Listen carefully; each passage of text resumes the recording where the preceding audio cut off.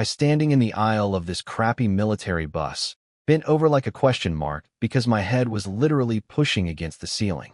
Every new recruit on this bus was staring at me like I was a zoo exhibit. Classic first-day energy. All I needed was a seat. Just one seat.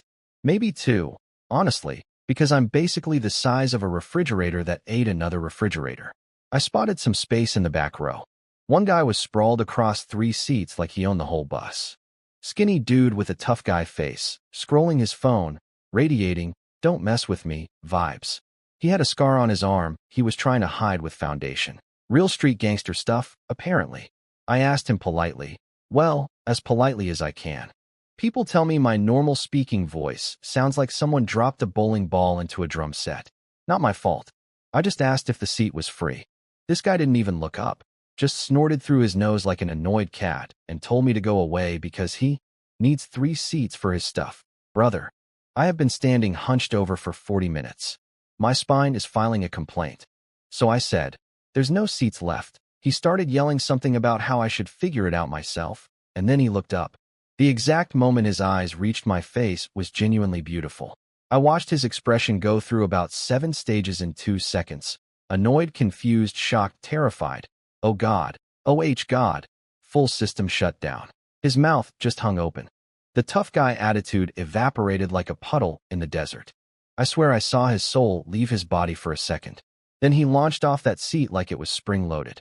Big bro. Big bro, please sit down. There's so much room here. I was wrong. I didn't see you. And then, I'm not making this up, he grabbed his backpack and his bag of snacks and threw them out the open window. Just launched everything into the void. Chips, drinks, all of it, flying through the air like sad confetti. Gone. Forever. A sacrifice to the gods of fear. He flattened himself against the seat like a human pancake, bowing repeatedly, practically begging me to sit down. Look, I didn't ask for any of this. I just wanted a seat. I sat down. The whole back of the bus groaned under me like a dying whale. I took up about 2.5 seats just existing. This poor guy squeezed himself into whatever space was left, which was basically half a seat by the window. He was perched there like a nervous bird on a wire, legs pressed together, trying to shrink himself into nothing. For a while we just rode in silence. Every time the bus rocked and our shoulders bumped, he flinched like I'd tossed him.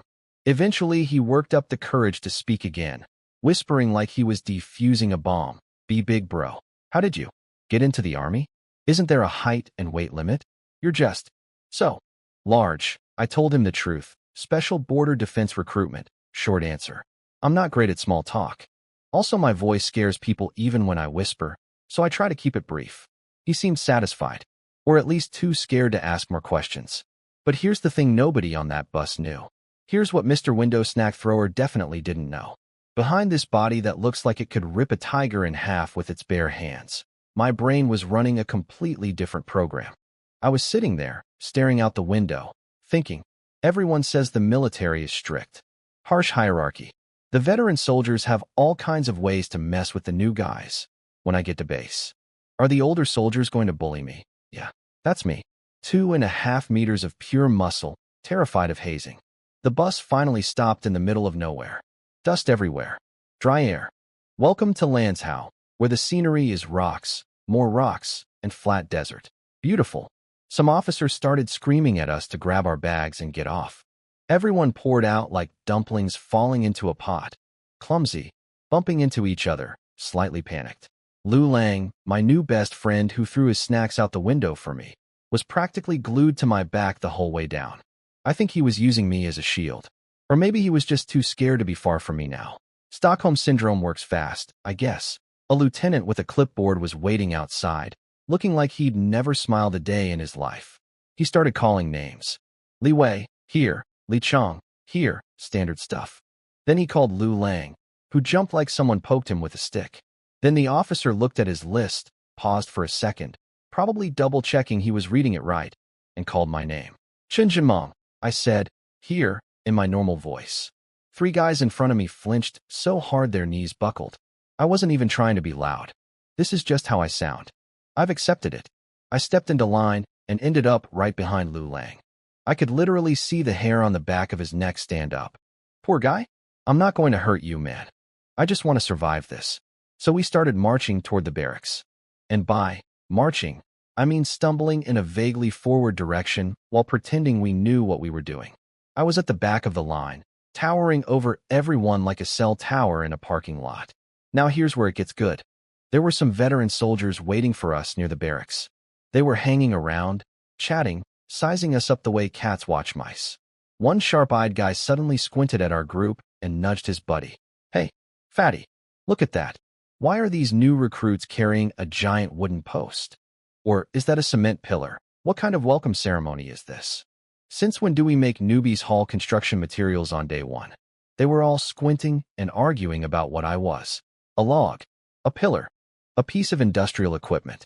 Several people stacked on top of each other. One guy said 2 people standing together couldn't even be that wide. Which, okay, fair point, but also rude. Their company commander turned around and told them to shut up. He gave them the whole speech. Be civilized. Be warm. Make the new soldiers feel at home. Anyone who messes around gets kitchen duty for a month.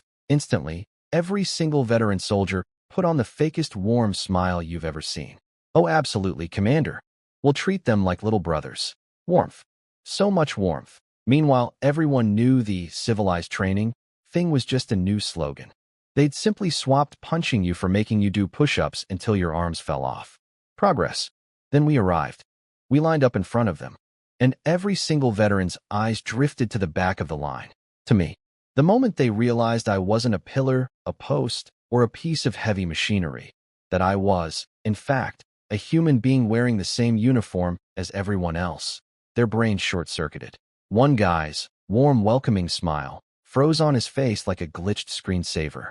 He rubbed his eyes, looked again, turned to his buddies.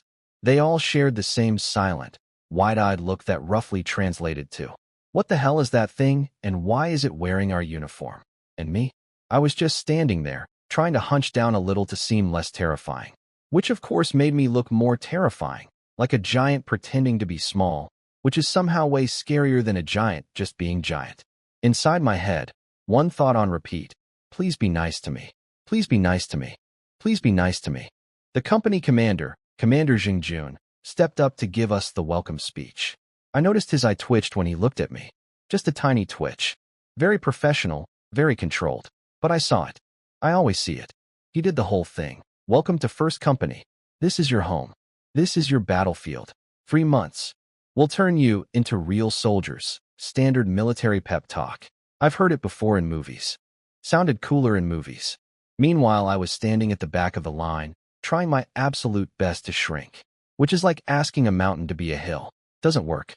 I could feel every single pair of eyes, the veterans, the commander, probably some birds flying overhead, all magnetically pulled toward me. I was squeezing my bag strap so hard the thick foam padding twisted into a rope. My hands do that when I'm nervous. They crush things. Not on purpose. Those veteran sergeants were staring at me like scientists who just discovered a new species. And the thought hit me again, louder this time. I'm the most obvious person here. They're definitely going to pick on me first. Then Commander Zheng turned to the 5 squad leaders and told them to pick their new recruits. 2 each. Old tradition, apparently. Like picking teams in gym class. Except the gym is a desert and everyone has buzz cuts. Starting with first squad leader. Use your eyes. Pick well. Don't come crying to me later. First squad leader stepped out. Skinny, sharp, looked like a hawk wearing a uniform. He ignored all the big guys, all the eager-looking guys, and walked straight up to one specific recruit in the front row. This kid was standing perfectly, spine straight, shoulders set, completely calm. His uniform fit like he was born in it. The squad leader studied him up and down, then asked, "What did you do before? Flag team in school? Some kind of drill champion?" The kid, Neodali, puffed up his chest and barked out in a perfectly trained voice, reporting, "Squad leader. I'm not a student. I'm a second-time enlistee." Every squad leader's head snapped forward like meerkats spotting a hawk. Eyes wide, jaws loose. You could practically see cartoon hearts floating above their heads. A second-time enlistee is basically a golden lottery ticket in a recruit company. It means the guy already knows all the rules, all the drills, all the standards. You barely have to teach him anything. He's basically a free assistant manager. The squad leader who gets him can put his feet up and relax for 3 months. First squad leader's serious face cracked wide open into the biggest grin I'd ever seen. He slapped Neodali's shoulder so hard it echoed across the yard. Excellent. You're mine. First squad. Let's go. The other 4 squad leaders looked like someone stole their birthday cake. One of them muttered something about dumb luck under his breath. First squad leader was practically skipping as he led Neodali toward the barracks, chatting him up like they were old friends, voice dripping with honey. So tell me, kid, where did you serve before? Was it a field army? Special forces? Which unit? Neodali, still marching in perfect form, answered without a single hesitation. Reporting, squad leader. I previously served in the Wolf Fong summer camp. Dead silence. First squad leader's feet stopped moving. His smile didn't disappear. It just froze, like someone hit pause on a video. He slowly turned his neck, which had suddenly become very stiff, and stared at Neodali's completely serious, completely sincere face. The what now? Wolf Fong summer camp, squad leader. Neodali repeated it with total pride, like he was naming an elite special operations unit and not a summer program for teenagers who want to play soldier for 2 weeks. First squad leader said nothing. Just stood there, processing. You could almost hear the Windows error sound playing inside his skull. And me? I was still at the back of the line. Still enormous. Still terrified. But for one brief, beautiful moment, I wasn't the most interesting thing happening on this base. So the picking began. And let me tell you, watching 4 squad leaders choose their recruits while pretending I didn't exist was a special kind of experience. First squad leader took Neodali, the summer camp legend, and some other kid. Second squad leader grabbed 2 guys. Third, fourth, one by one, every single squad leader walked past me like I was a decorative boulder. Their eyes would sweep across the line, get close to my end, and then, whoops, suddenly find something very interesting to look at on the ground, or the sky, or literally anywhere that wasn't me. I could practically hear their brains doing the math. That guy's food bill alone will bankrupt us. How do I even train him? What standards apply? And if I yell at him and he gets mad, who's going to stop him? Me? With what? So they all quietly agreed. Nope. Not touching that one. Let someone else deal with the human skyscraper. Eventually, the yard was almost empty. Everyone had been picked except 2 people. Me and Lu Lang, my loyal window snack sacrificing companion from the bus. He was standing near me, which apparently made him guilty by association. Nobody wanted the guy standing in the danger zone next to the walking earthquake either. That left 5th squad leader Zhang Yao, the last man standing. The guy who didn't get to choose, he got the leftovers. Zhang Yao was a dark-skinned corporal with an honest face that currently looked like a man who just opened a birthday present and found a live grenade inside. He looked at me, then at Lu Lang, then back at me, then at the empty spots where all the other, normal-sized recruits used to be. You could see his entire internal monologue playing across his face like subtitles. One giant monster. One street punk. This is what I get. Commander Zheng walked over. He put his hand on Zhang Yao's shoulder. Heavy, slow, the kind of pat you give someone before they go into surgery. Then he looked at me, looked at Lu Lang, and let out this deep, long sigh. The kind of sigh that contains an entire novel's worth of meaning. Sympathy, encouragement, and a generous helping of, good luck, you're going to need it, Zhang Yao, he said quietly. They're yours. Do well, and I'll buy you dinner after recruit training. Then he turned around and walked away without looking back. Like a general who just sent a soldier on a suicide mission and couldn't bear to watch. Zhang Yao faced us. He squeezed out a smile. It was the bravest thing I'd seen all day. I'm Zhang Yao. I'll be your squad leader for the next 3 months. I look forward to your cooperation. His eyes bounced between us. I could tell he was evaluating. Lu Lang got about 1 second of attention. Standard troublemaker, nothing new, fixable with enough push-ups. Problem solved. Then his eyes landed on me and stayed there. His smile started twitching. I watched his brain go through a full crisis. This is not a normal human being. If I fought him, the odds would be 90-10, and I'm the 10. Actually, I'm being generous. He wouldn't send me to the hospital. He'd send me to the morgue. In pieces. In a puzzle box. But he was a professional. Day 1. Civilized training. Feel the warmth. He took a breath and put on his best caring squad leader act. You guys had a long trip. Here, let me carry your bags upstairs. He grabbed Lu Lang's bag first. Easy. Lu Lang handed it over with a kiss-up grin and a, thanks bro, smooth. Then Zhang Yao reached for my bag. And here's the thing. I didn't mean to be weird about it. But my bag is heavy. Really heavy. I packed it myself and I know what's in there. If he tried to lift it with one hand while already holding Lu Lang's bag, he'd probably dislocate his shoulder. Or fall over. Or both.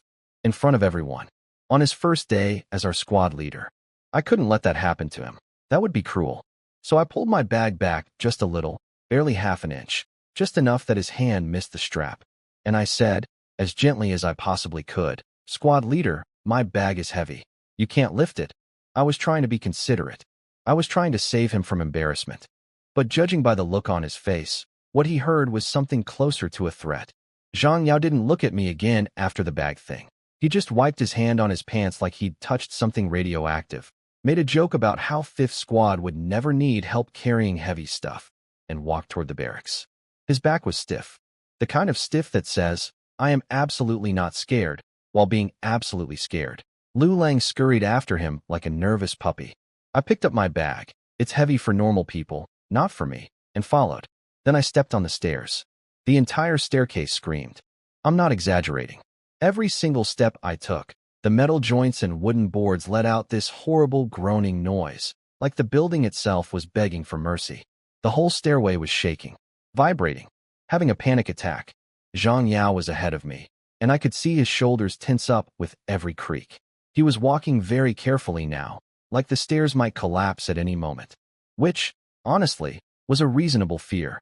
I had that fear too. These stairs were built for normal soldiers. I am not a normal soldier. I am 3 normal soldiers duct taped together. We made it to the 2nd floor. Alive. The building survived. Small victories. Zhang Yao pushed open the door to 5th Squad's room. This is home for the next 3 months, he said. Inside, there were about 8 new recruits already settling in. Some were making their beds, some were chatting quietly. Normal stuff. Peaceful stuff. Then I walked in. Or tried to. I had to duck my head just to fit through the door frame, then kind of squeeze my shoulders through sideways. The whole entrance process took about 4 seconds, during which the entire room went from casual chatter to absolute, cemetery-grade silence. 8 pairs of eyes locked onto me. 8 mouths fell open. 8 brains simultaneously crashed. Nobody moved. Nobody breathed. One guy was holding a pillow midair and just forgot about it.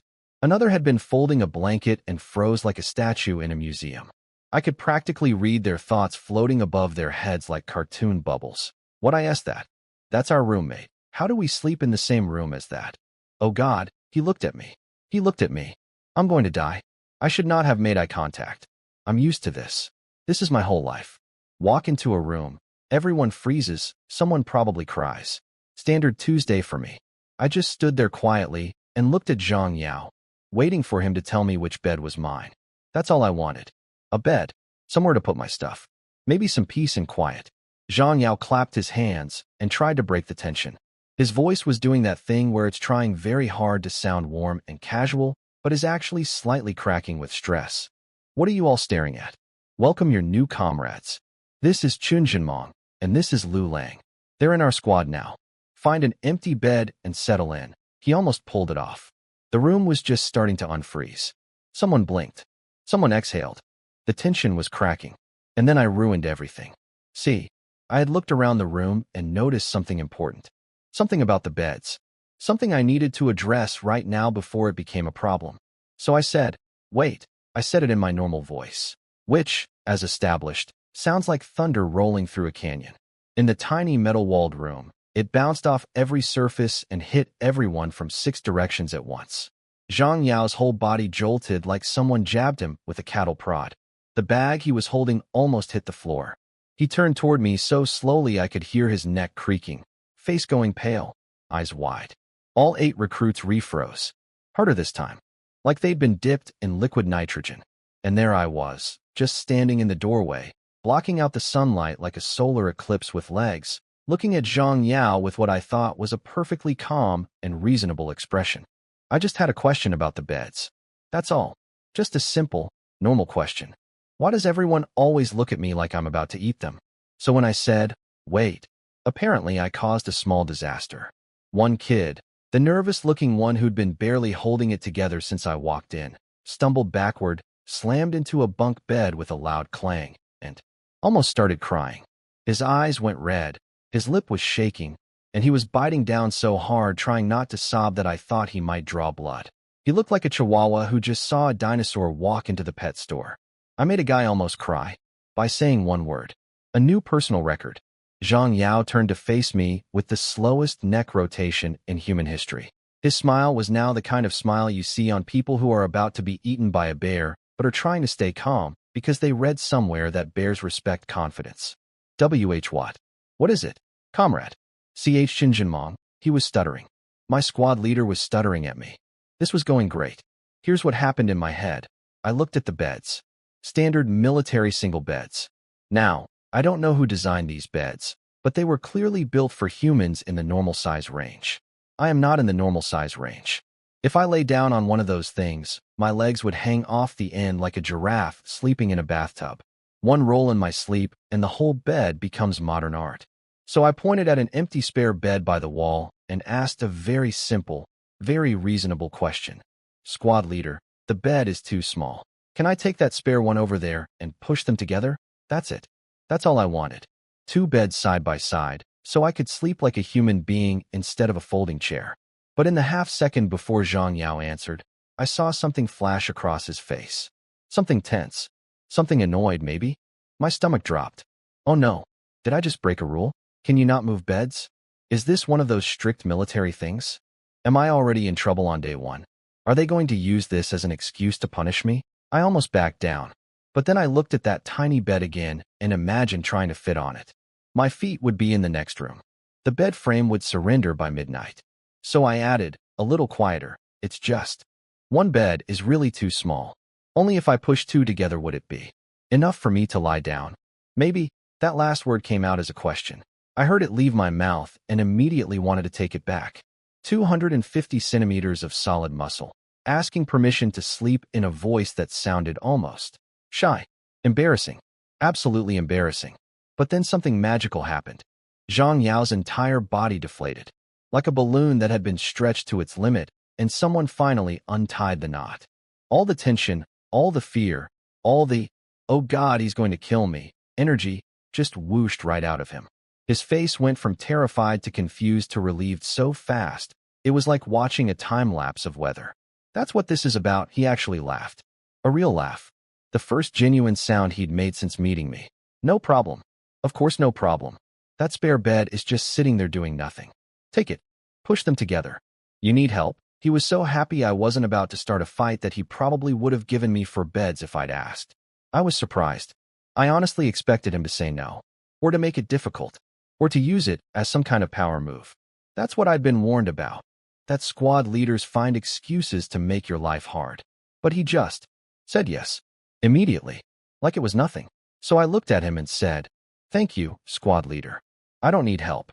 I can do it myself." Then, because he genuinely seemed like a decent person and I wanted him to know I noticed, I added, "Squad leader, you're a good person."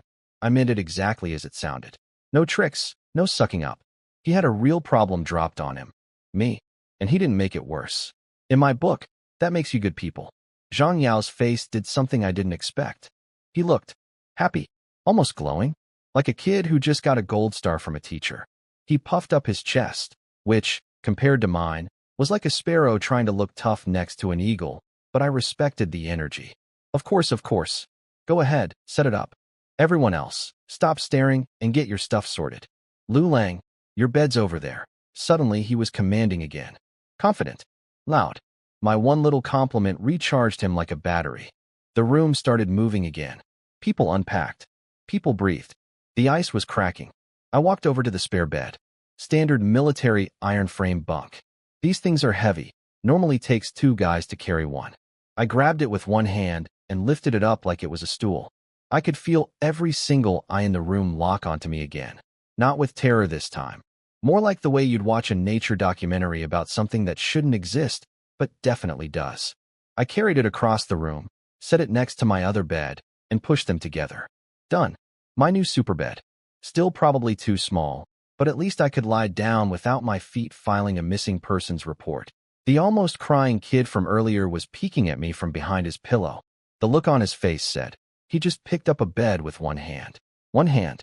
Like a chair. I need to call my mom. Welcome to Fifth Squad, everybody. I pushed the two beds together, lined up the metal frames, shook them a few times to make sure they wouldn't slide apart in the middle of the night. Looked good. Solid. My masterpiece. I sat down to test it. The bed groaned at me. Not a happy sound, but a surviving sound. Good enough. Then I lay down. My whole back finally touched a flat surface properly. My feet still hung off the edge a little, but compared to before, paradise. Actual paradise. I stared at the ceiling and felt something I hadn't felt all day. Comfortable. Safe. Like maybe this army thing would be okay. My mouth did this tiny thing where it almost smiled. Almost. I don't do big smiles. My face doesn't really know how. I was just lying there, enjoying my moment of peace, when I noticed something shift in the room. A vibe change. Like the temperature of everyone's anxiety just went up 3 degrees. I didn't understand why until later. Turns out, there's a military rule. You're not allowed to sit or lie on your bed outside of official sleep time. It's about discipline and good habits and military spirit. Basically, your bed exists for sleeping only. During the day, it's a museum exhibit. Look but don't touch. I had no idea. I literally just got here. Nobody told me this. I was just happy my bed worked. Zhang Yao was standing there having a full internal war with himself. I could see it on his face. Part of him wanted to do the squad leader thing. Yell at me, make me get up, establish dominance on day one. That's what his squad leader did to him when he was a recruit. Some poor kid sat on his bed because he was tired, and the squad leader screamed at him so hard the guy nearly bounced off the mattress like a trampoline. But then Zhang Yao looked at me, lying there, taking up 2 entire beds, arms thicker than his torso, and I watched the tough squad leader energy inflate inside him like a balloon, and then immediately deflate, like someone poked it with a very sharp needle made of common sense. His survival instincts won. Instead of yelling, he cleared his throat and put on his friendliest, most reasonable voice. The voice you use when you're asking a lion to please stop sitting on your car. So, Comrade Shinjinmong, and everyone else, just a heads up. According to military regulations, outside of official rest time, we shouldn't really be sitting or lying on our beds. It's about building good habits, you know? That's it. No yelling. No threats. Just a polite suggestion, like a hotel concierge reminding you about checkout time. I sat up immediately. He was right. Rules are rules. I didn't know this one, but now I did, so I got up. No argument. No attitude. Just stood up and waited. I could feel Zhang Yao's relief from across the room. His shoulders dropped about 3 inches. He practically radiated. Oh, thank God he listened. He quickly moved on, probably before anything else could go wrong. All right, everyone. Bring your bags to the middle of the room. We're doing 2 things. First, I inspect your stuff for anything that's not allowed. Knives, explosives, inappropriate magazines, that kind of thing. Second, everyone introduces themselves. Name, hometown, any special skills. Let's get to know each other. Everyone shuffled to the center of the room with their bags, standing in a nervous little line. I grabbed mine and joined them. Tried to stand at the end, so I wasn't blocking anyone's light or oxygen. Zhang Yao started with the first guy in line. Short, dark skin, bright eyes, standing very straight. Looked like he was born ready for this. Name and hometown. Reporting, squad leader. My name is Zhou Jia, from Guangyuan, Sichuan province. Zhang Yao's face lit up. Sichuan soldier. I could tell he was happy about that. From what I've heard, Sichuan guys have a reputation in the military. Tough, hardworking, don't complain much. Zhang Yao looked at Zhou Jia like a kid who finally found a normal toy in a box full of broken ones. Great name. You look sharp. Good soldier material. He told Zhou Jia to open his bag for inspection. Zhou Jia dropped down and unzipped it without hesitation. Clean, quick, no drama. I stood in line, watching all of this, holding my giant bag, waiting my turn. Wondering what Zhang Yao's face was going to look like when he got to mine. Wondering if the things in my bag counted as prohibited items. Wondering if my turn would make someone cry again. Probably. I stood in line and watched Zhang Yao inspect everyone's bags. It was pretty boring, honestly. Guy after guy opened their stuff. Clothes, toothbrush, socks, maybe a family photo. Zhang Yao would nod, say, fine, move on. Assembly line of normalcy. Zhou Jie, the Sichuan kid, had the cleanest bag I'd ever seen. 2 sets of clothes folded like origami, a sewing kit, and nothing else. Zhang Yao looked at that bag the way a hungry man looks at a steak. Pure love. Lu Lang's bag had some snacks and a beat-up kung fu novel. Zhang Yao gave him a look. Lu Lang gave him the puppy eyes. Zhang Yao told him to eat the snacks today and handed the book back for safekeeping. Classic negotiation.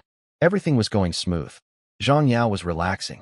You could see the tension leaving his shoulders, one boring bag at a time. He was probably thinking, okay, maybe this won't be so bad. Normal kids. Normal stuff. I can do this. Then he got to Bai Yufei. Bai Yufei was this skinny, pale kid with glasses.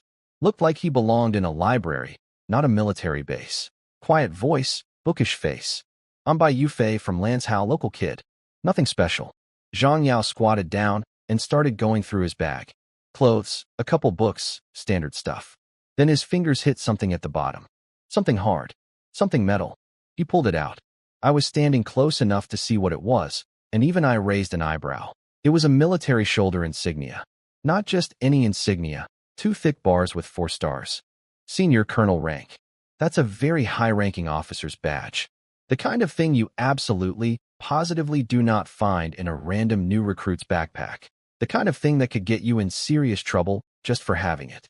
Zhang Yao's smile didn't just disappear, it evaporated. His face went white. He stared at the badge like it was a live scorpion sitting in his palm. Bai Yufei, explain. Where did you get this? The kid pushed up his glasses and blinked, looking genuinely confused.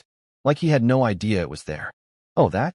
My uncle probably left it in my bag when he was helping me pack. I didn't know it was in there. Your uncle? Zhang Yao's voice cracked. Actually cracked. Like a teenager going through puberty. Your uncle is a senior colonel? Bai Yufei nodded casually. Like he was confirming what he had for breakfast. Yeah, he's the brigade commander here. Of our training brigade. I watched Zhang Yao's soul exit his body in real time. His face went through a journey. Shock, horror, existential crisis, the quiet acceptance of a man who realizes the universe is personally targeting him. The brigade commander. The boss of everyone here. The guy who runs this entire operation. And his beloved nephew just got assigned to 5th Squad. Zhang Yao's squad. The same squad that already has me. The human earthquake, and Lu Lang the street punk. Zhang Yao's eye was twitching. Both eyes, actually. His brain was clearly running emergency calculations. If I'm too strict with this kid, his uncle will destroy me. If I'm too soft, the kid won't learn anything and his uncle will also destroy me. There is no correct answer. I am trapped. This is hell. He very gently, so gently, patted Bai Yufei's shoulder, like he was handling a porcelain vase filled with dynamite. Okay, I see. Just put this away. Keep it safe. And don't tell anyone who your uncle is, understand? Bai Yufei nodded and stuffed the badge back in his bag like it was a bookmark. Completely unbothered. No idea he'd just given his squad leader a minor heart attack. Zhang Yao stood up. He looked unsteady, like a man who'd been punched but was too proud to fall down. He glanced at Bai Yufei, then at me in the corner, then probably at Lu Lang somewhere behind him, then up at the ceiling, possibly looking for God. I could practically read his thoughts. My squad has a monster, a punk, and the brigade commander's nephew. What did I do in a past life to deserve this? Then he walked over to me. The last one. He took a breath so deep I thought he might float away. Your turn, Comrade Chinjinmong. Introduce yourself, then open your bag for inspection. He paused and added with strained politeness. Don't worry, I'll be careful. I won't mess up your things. He was being so nice to me, it was almost painful. Like watching someone try to pet a bear without waking it up. I looked down at my bag, then at Zhang Yao, then back at my bag. This was going to be interesting. My turn. Zhang Yao was standing in front of me, looking up. Way up. He told me to introduce myself and open my bag. Simple enough. I'm not great with words, but I can handle basic facts. So I stepped forward, just half a step, because a full step would have put me on top of him, and started talking. My name is Chun Jinmong. I'm from Suzhou, Jiangsu Province. I'm 18 years old. Height, 2 meters 51. Weight, 320 kilograms. I paused here because I noticed the room had gone very quiet. Like, funeral quiet. Zhang Yao's face was doing math. I could see him converting. 320 kilos is about 640 gene. That's roughly 700 pounds for anyone wondering. Yes, I know, but I wasn't done. There was one more thing I wanted to share. Something important about me. Something I thought they should know, so we could all get along and have a good 3 months together. Also, I'm a bit afraid of violence. I said it honestly. Because it's true. I don't like fighting. I don't like people getting hurt. Loud, angry voices make me uncomfortable. I know this seems weird given my situation, but feelings don't check your body measurements before showing up. The silence that followed was unlike anything I'd experienced before, and I've caused a lot of silences in my life. 8 new recruits stared at me with expressions that looked like their brains had been unplugged and plugged back in wrong. Mouths open, eyes wide. One guy's left eye was twitching. Another was biting his lip so hard I thought it might bleed. I could somehow feel what they were thinking. It was almost radiating off them. You're afraid of violence? You? The walking natural disaster? Violence should file a restraining order against you. Zhang Yao had the worst reaction. When I said my weight, his eyes went dark like someone dimmed the lights behind them. When I said I was afraid of violence, his entire body lurched forward. He almost fell over. On flat ground. With nothing in the way. Just my words physically knocked him off balance. He windmilled his arms like a cartoon character on the edge of a cliff, caught himself, and stood there with an expression I can only describe as a man watching the last thread of his sanity snap in slow motion. I didn't understand why everyone was reacting like this. I was just being honest. Is honesty not a military value? I thought it was. Anyway, Zhang Yao eventually remembered how to speak. His voice sounded like it was coming from very far away. Okay, comrade Chen Jinmong, your situation. I understand. Now please, open your bag, right? The bag. The reason he wouldn't let me carry it downstairs wasn't because I had secrets. It's because it's genuinely heavy. For him, not for me. I bent down and unstrapped everything. Nice and careful. I don't rush things. My hands are big, and if I move too fast I break stuff. Zippers, buttons, doorknobs, chairs, people's confidence. All fragile things. I reached inside and pulled out the first item. Then the second. I set them on the floor, one in each hand, easy as picking up 2 apples. Boom, boom. 2 50-kilogram dumbbells hit the concrete. The floor shook. 2 shallow craters appeared in the cement. Every person in the room flinched at the same time, like a synchronized fear performance. The dumbbells sat there on the ground, black iron, cold and heavy, with 50 kg painted on the side in white letters. Each one, 50 kilos, 100 kilos total, just casually living in my backpack. That's why the bag was heavy. That's why I told Zhang Yao he couldn't lift it. I wasn't being rude or suspicious. I was saving his spine. I looked at Zhang Yao. He was staring at the dumbbells, then at me, then at the dumbbells, then at the dents in the floor. Everyone else was staring too. The room smelled like fear and disbelief. I didn't see what the big deal was. I told them my hobby was fitness. What did they think was in the bag? Pillows. Zhang Yao was staring at my dumbbells like they'd personally offended his ancestors.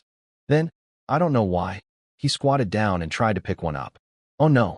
He grabbed the handle, took a deep breath, and pulled with everything he had. HNNGH. The dumbbell rose maybe 4 inches off the ground. His face turned the color of a tomato. Every vein in his neck and arms popped out like a road map. He held it for about 2 seconds before his body said, absolutely not, and he dropped it. Clang. It bounced. The floor got another dent. Zhang Yao stayed squatting there, panting, arms shaking, staring at the dumbbell like it had just beaten him in a fight. Which it had. Then he looked up at me. I could see the realization washing over him in waves. He was replaying the whole day. Me carrying this bag off the bus, across the base, up the screaming staircase, into the room. With 100 kilos of iron inside. Like it was groceries. I don't think he liked that realization very much. But I wasn't done unpacking. I reached back in and pulled out my chain. It's a weighted training chain, thick black iron links, about as wide as a kid's wrist. Maybe 20 or 30 kilos. I use it for resistance exercises. Very useful. I shook it out, and it made that nice rattling sound. Several people flinched. Zhang Yao's eye was twitching again. And then, the incident.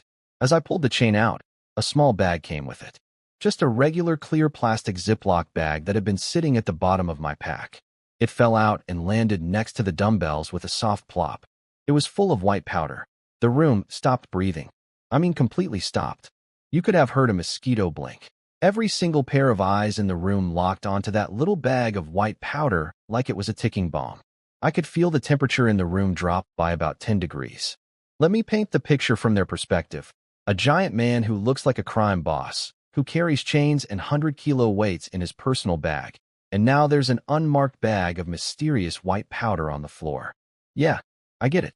I understand the math they were doing. Zhang Yao's face went from red to white so fast I thought he might pass out. His voice came out high and cracked, like someone was squeezing his throat. What? What is that? His eyes had changed. Before, he was scared of me physically. Now he was looking at me like I was a criminal. Like this was a drug bust. Like he was about to call military police. I could feel the mood shift. This wasn't funny anymore. Everyone was terrified in a new, worse way. But I dealt with this exact situation before. Every time I travel with protein powder, someone thinks it's drugs. Every time. I learned years ago to stay calm and explain quickly. So I looked at Zhang Yao, completely relaxed, and said, "Don't misunderstand. That's just protein powder." The original container was too big for the bag, so I put it in smaller pouches. Silence. Long silence. The kind of silence where you can hear everyone's brain rebooting at the same time. Then I watched Zhang Yao's face go on another incredible journey. Terror, confusion, realization, relief, and finally landing on a very special expression I can only describe as, "I have been emotionally destroyed by a bag of protein powder." His face was twitching uncontrollably now. Not one part of his face, all of it. Eyebrows, cheeks, mouth, everything just vibrating with accumulated stress. I could tell he wanted to scream something. Probably something like, "You couldn't fit the protein powder container in your bag, but you fit two 50-kilo dumbbells and a 30-kilo chain? How does that make sense? In what universe is the tub of powder the thing that doesn't fit?" But he didn't say any of that. He just stood there, twitching. I looked down at my stuff. The dumbbells, the chain, the protein powder, and then back at Zhang Yao. I wanted to make sure everything was okay. I didn't want any problems on day one. "Squad leader, this is everything in my bag. None of this is prohibited, right?" He didn't answer immediately, so I continued, helpfully. "Dumbbells aren't prohibited items, right?" Still nothing. "And protein powder isn't prohibited either, right? I need to eat something after training to recover. You understand, right?" Zhang Yao nodded very slowly. The nod of a broken man. No prohibited items. "Just pack it up." I nodded. "Good. No problems." Everything was fine. I put my stuff back, neat and tidy. The dumbbells, the chain, the protein powder. All back in the bag. I zipped it up and stood there, satisfied. Behind me, I could feel the entire room staring at me with an expression that I imagine zoo animals get when a new, confusing creature arrives in the next enclosure. But nobody said anything mean. Nobody yelled at me. Nobody tried to bully me. Day one was going pretty well, actually. After I packed up my stuff, Zhang Yao tried to finish his orientation speech. Rules, schedules, how to fold things, where to put things. His voice was doing that floaty thing again, like his mouth was on autopilot while his brain was still buffering. He kept glancing at my double bed in the corner. Everyone kept glancing at me. Nobody was really listening. They were all still processing the fact that their roommate weighs as much as a small motorcycle and is afraid of getting yelled at. Then, SRE. A whistle cut through the walls like a knife. Some guy downstairs started bellowing. "First company. Everyone. 5 minutes. Assembled downstairs. Chow time." Suddenly, the room exploded. Hats flying. Belts tangling. People crashing into each other. Pure chaos. 2 seconds ago, everyone was zombie walking through orientation. And now it was like someone lit a firecracker in a chicken coop. Zhang Yao snapped into military mode instantly. "Hats on. Belts on. Downstairs. Move." Lu Lang was fumbling with his belt while sneaking looks at me. I was already standing. I picked up my cap. It's honestly too small for my head. It sits on top like a thimble on a watermelon. Pinched it between 2 fingers and placed it on. "Done. Ready."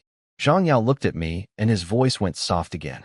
That special gentle voice he only uses for me. The lion whisperer voice.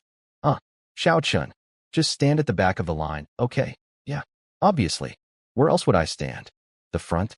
I'd block the sun for the entire company. We all poured downstairs. The staircase screamed under me as usual. The guys ahead of me were practically jogging to stay ahead, like the floor might collapse from behind and swallow them. I'm used to this. People always speed up around me. Elevators, hallways, sidewalks. Everyone suddenly remembers they're in a hurry. Outside, all the squads were assembling. The duty officer was a dark-skinned sergeant standing at the front with his hands behind his back, scanning the formation with hawk eyes.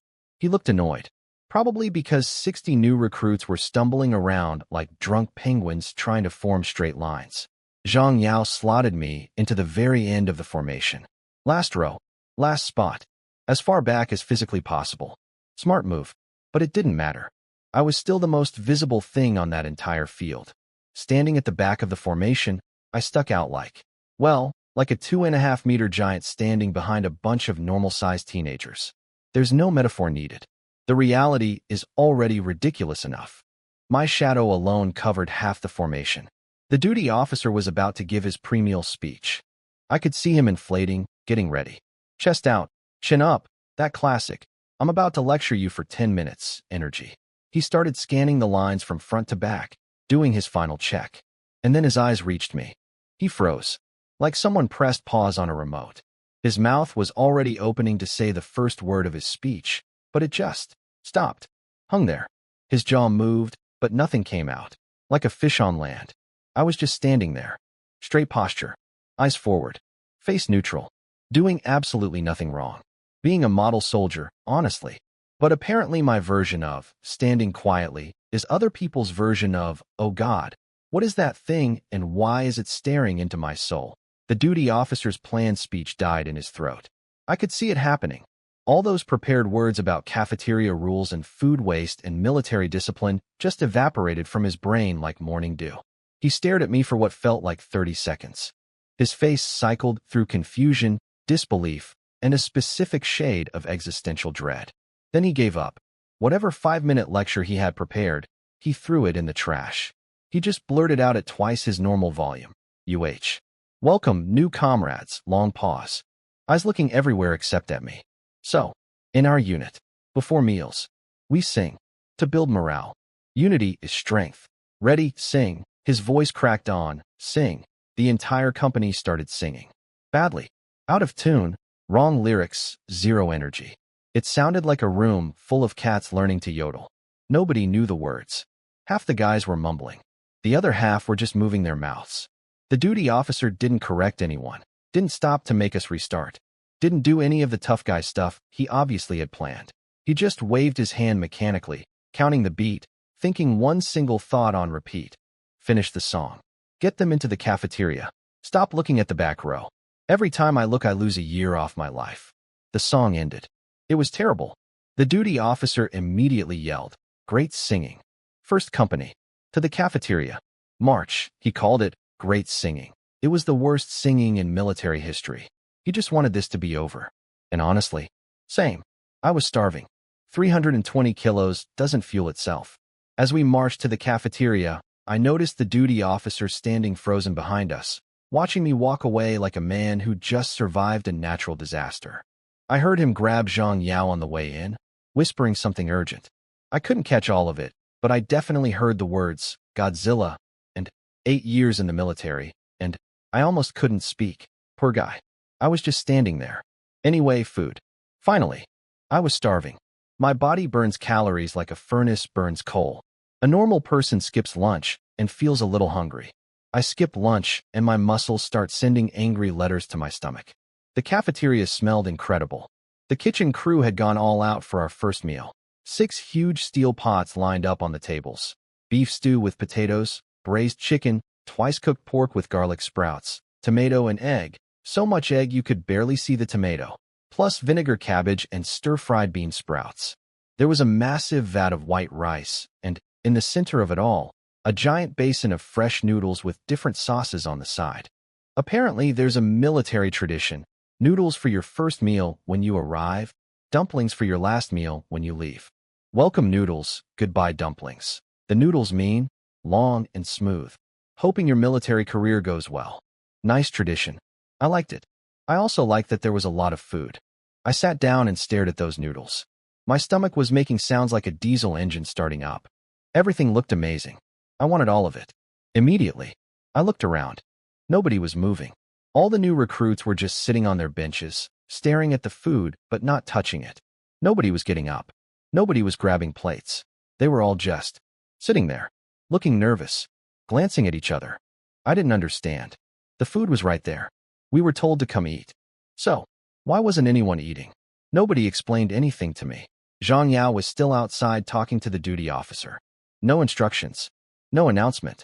Just food sitting there getting cold, while 50 hungry guys pretended they weren't hungry. So I got up. Seemed logical. Food exists. I'm hungry. I should go get some. This is how eating works. I walked over to the sanitized tray cabinet, grabbed a metal tray and a bowl, and headed straight for the serving line. I did not know, because nobody told me, that there's an unwritten rule in the recruit cafeteria: veterans eat first. Always. The old soldiers line up, get their food, sit down, and then the new recruits are allowed to go. It's a hierarchy thing. Hey, know your place thing. Day 1 lesson in military pecking order. I walked right past that invisible line and planted myself in the veteran spot. Every new recruit in the cafeteria watched me with their mouths open. Their eyes were bouncing between me and the veterans like they were watching a tennis match where one player was a bear. The veterans who were about to line up just stopped. They stood there, staring at me. I was blocking half the serving lane with my body, calmly surveying the dishes, trying to decide if I wanted beef stew or chicken first. Probably both. Definitely both. There was this moment. This tiny, electric moment where the room held its breath.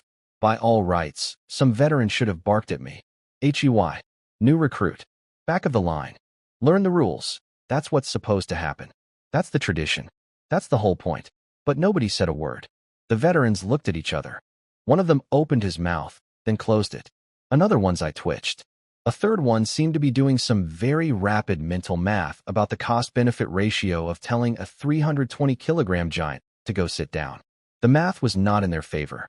I could almost hear their thoughts. Should I tell him to go back? Should I? He's a new recruit. He should wait. The rules say, you tell him. I'm not telling him. Look at those arms.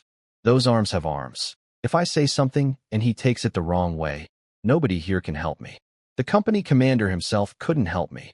So they just stood there, silently, watching me load my tray, accepting reality, rewriting the rules in real time.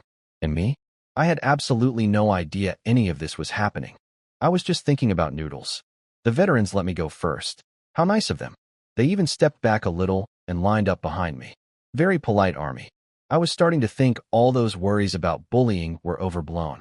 Everyone here seemed really respectful. Now, here's the thing about feeding me. It's a project.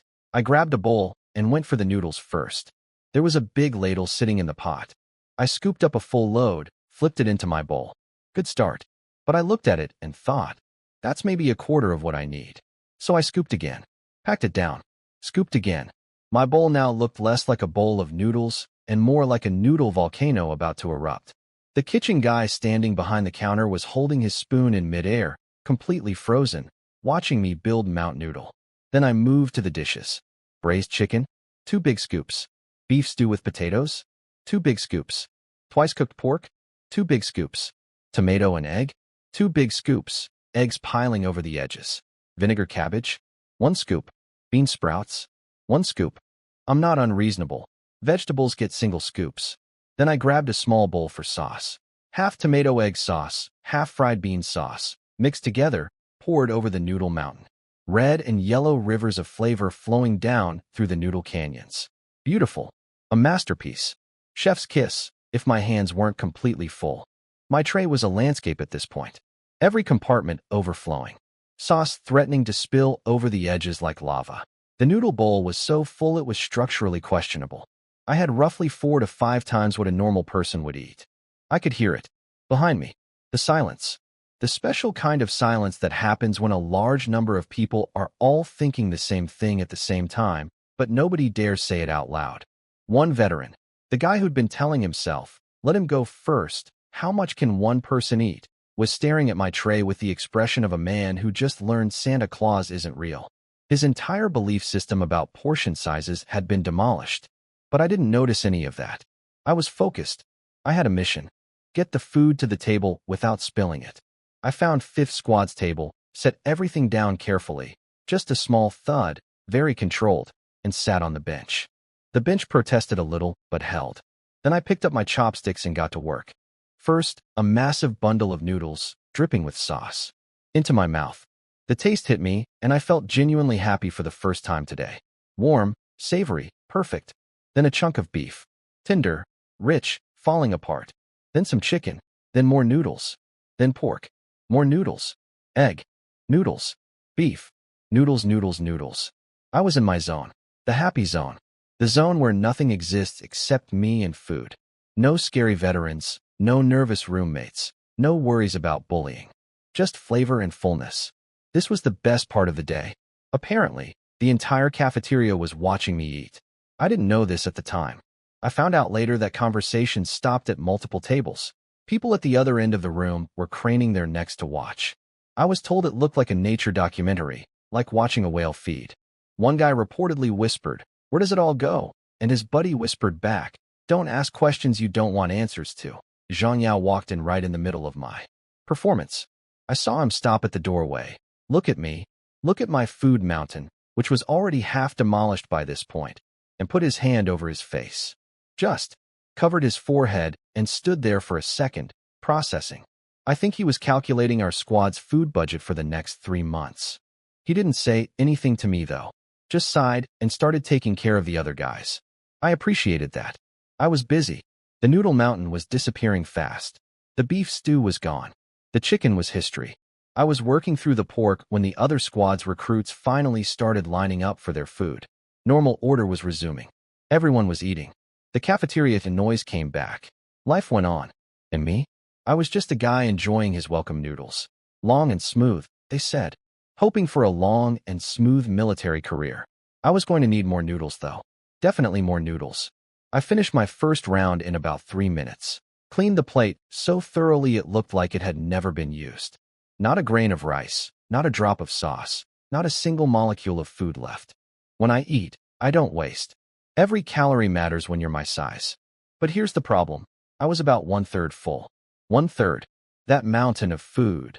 The noodle volcano, the 4 kinds of meat, the vegetables, the sauces. All of that was basically an appetizer. A warm-up. My stomach saying hello. So I grabbed my empty tray and walked back to the line. Zhang Yao was standing there about to get his own food. I stepped up behind him. Squad leader, he turned around. Slowly. The way people always turn around when they hear my voice unexpectedly. His eyes hit my empty plate first. I could see the exact moment his brain registered that the plate was completely clean.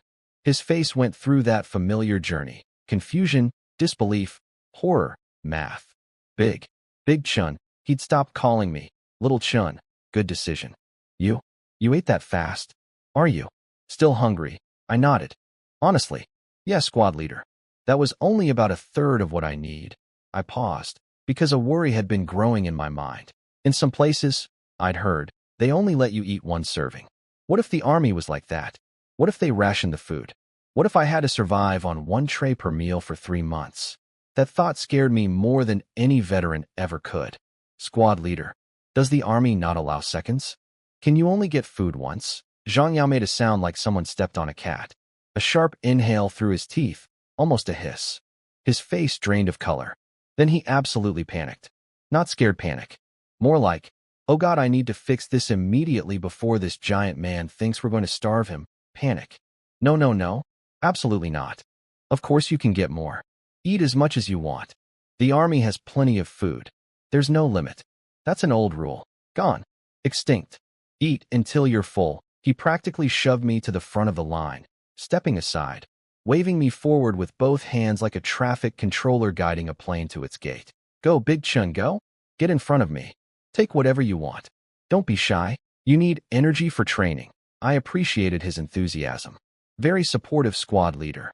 I said thank you, grabbed my tray, and got back to work. Round 2.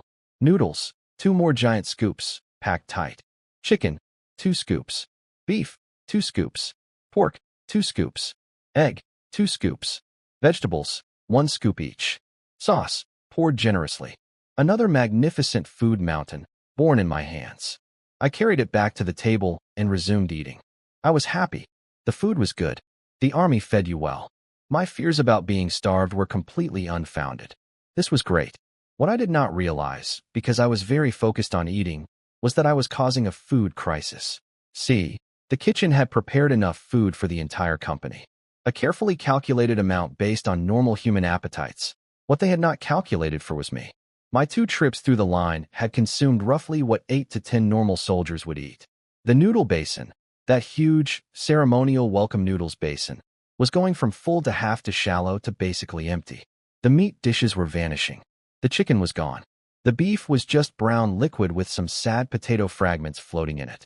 The pork was a memory. The eggs were endangered. I didn't notice any of this. I was eating. By the time the last 2 squads recruits reached the front of the line with their empty trays, they found nothing. Empty pots. Bare metal. The noodle basin had a few broken strands floating in cloudy water like the aftermath of a shipwreck. Squad leader. There's no food left. The noodles are gone too. They stood there holding their clean, empty plates, looking at the hollow steel pots, then at each other, with the confused, heartbroken expression of children who arrived at a birthday party after the cake was already eaten. They had followed every rule, waited patiently, respected the order, and their reward was an empty pot and a front-row view of me demolishing my second food mountain at the end of the table. I had no idea. I was chewing on a piece of chicken, completely at peace with the world. Sometimes I wonder if the universe does this on purpose.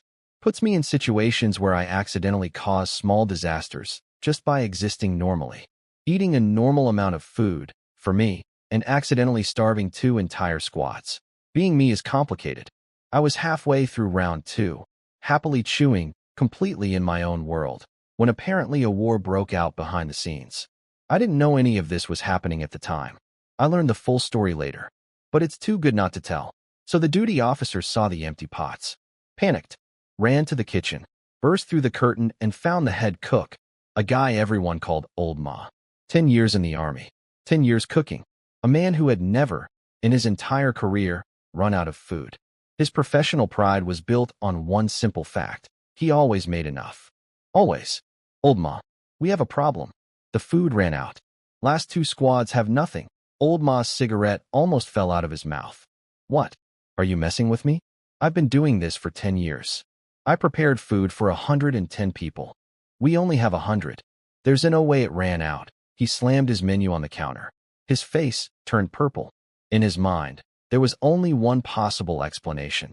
Some disrespectful little recruit had dumped perfectly good food in the trash. Which little punk is wasting food on his first day?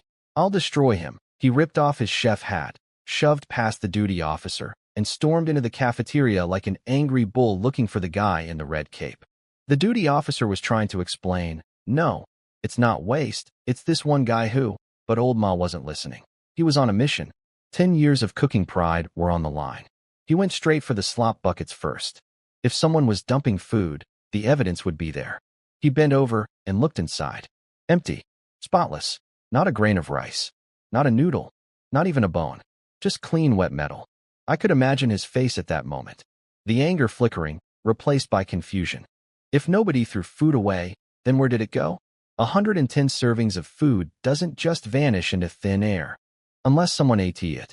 That thought lit a new fire in him. A bigger fire. Because in Old Ma's world, one person hogging food so others go hungry was even worse than wasting it. It was selfish. It was disrespectful. It was a personal attack on his entire philosophy of fair distribution. He stood up straight and started scanning the cafeteria like a predator. Table by table, tray by tray, searching for the culprit. Most of the recruits had normal-looking portions. Some hadn't even started eating yet. Nothing suspicious. Then his eyes reached my table. And there it was. My second food mountain. Still magnificent. Still towering above everything else on the table like Mount Everest surrounded by parking lots. Noodles heaped so high they defied gravity. Every compartment of my tray overflowing with meat and sauce. Chicken juice threatening to drip onto the table. Next to it, my first tray, already perfectly clean. Evidence of the first mountain, now deceased. Old Ma locked on. Target acquired. I could practically hear the dramatic music playing in his head. He'd found his villain. The food thief. The selfish pig who ate 5 people's worth and left nothing for the comrades behind him. He puffed up his chest. This was his domain. The cafeteria. He was a 3rd sergeant, outranking every squad leader in this building. Even the company commander called him Sergeant Ma, with respect.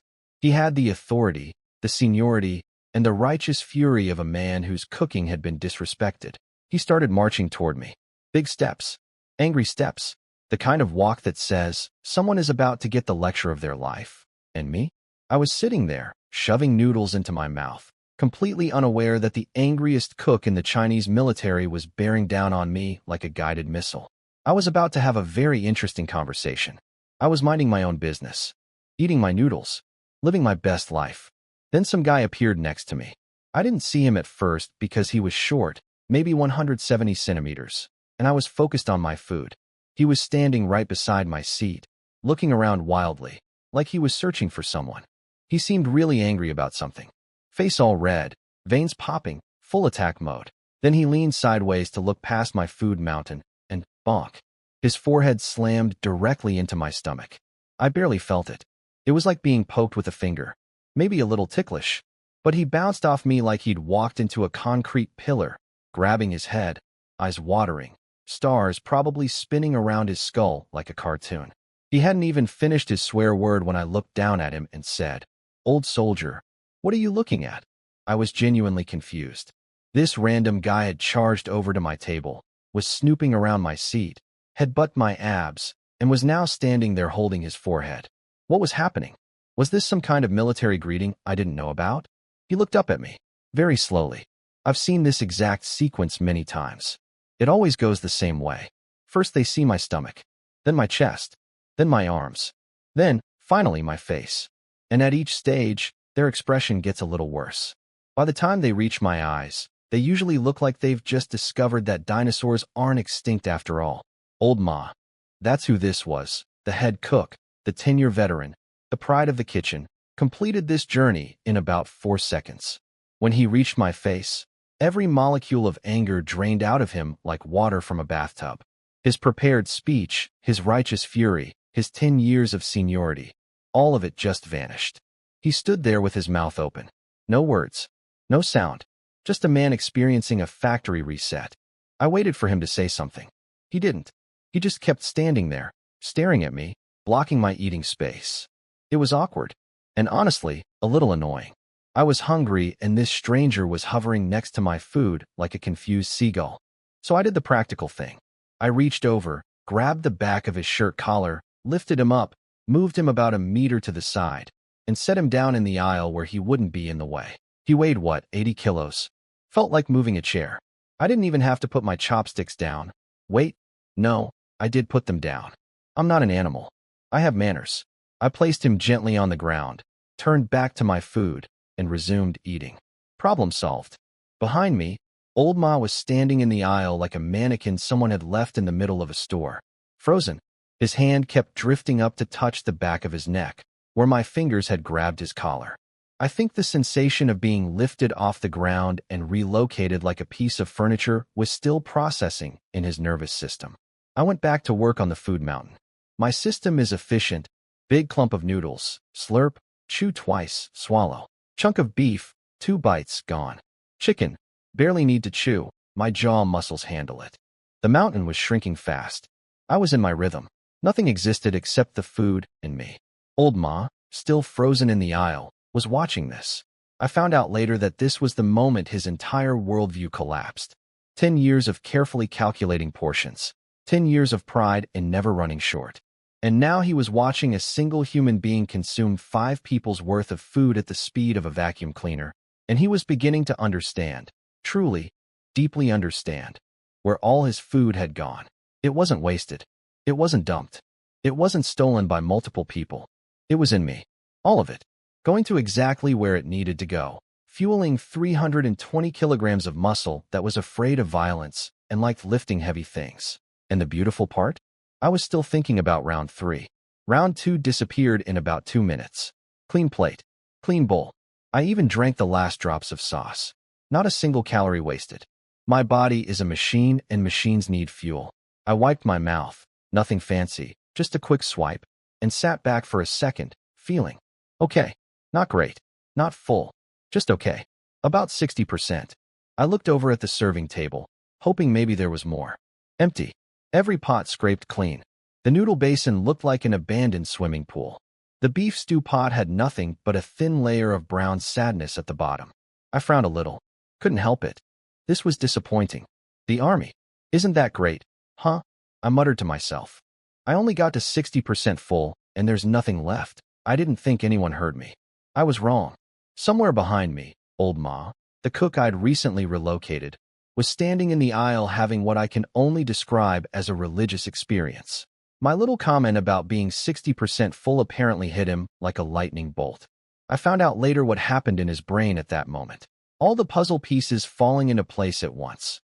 Why the food ran out, why the slop buckets were empty, why 110 servings vanished in minutes. It wasn't waste. It wasn't theft. It wasn't a conspiracy. It was just me, eating normally, at 60% capacity. He apparently did some quick math and realized that if I ate to full capacity, I would consume roughly what an entire squad eats. Maybe more. And I was sitting there, unsatisfied, looking at empty pots with mild disappointment, like a customer at a restaurant that ran out of breadsticks. Something snapped inside old Ma. Not anger, something beyond anger. A survival instinct. A cook's emergency protocol. Code red in the kitchen. He sprinted back to the kitchen, blasted through the curtain. His cooks were sitting around relaxing, smoking, thinking their shift was over. Wrong. Old Ma grabbed two of them by their shirts and hauled them off their stools. Get up. Everyone up. Now, what happened, boss? Inspection? Forget inspection. Cook. Now, tomato and egg. Green pepper with pork. More meat. And a giant pot of egg fried rice. Extra eggs. Extra ham. Go, go, go, but we already served dinner. It wasn't enough. There's a ancestor out there. He eats as much as 2 squads. The kitchen exploded back to life. Flames roaring, woks clanging, spatulas flying. Old Ma threw on an apron and started chopping peppers himself, moving with the desperate energy of a man fighting a natural disaster with a frying pan. I heard later that while he was cooking, one clear thought kept repeating in his head, this is day 1. I have 3 months of this. My budget is dead. My hair is dead. Everything is dead. Within minutes, impressive speed. Honestly, fresh food appeared on the serving table.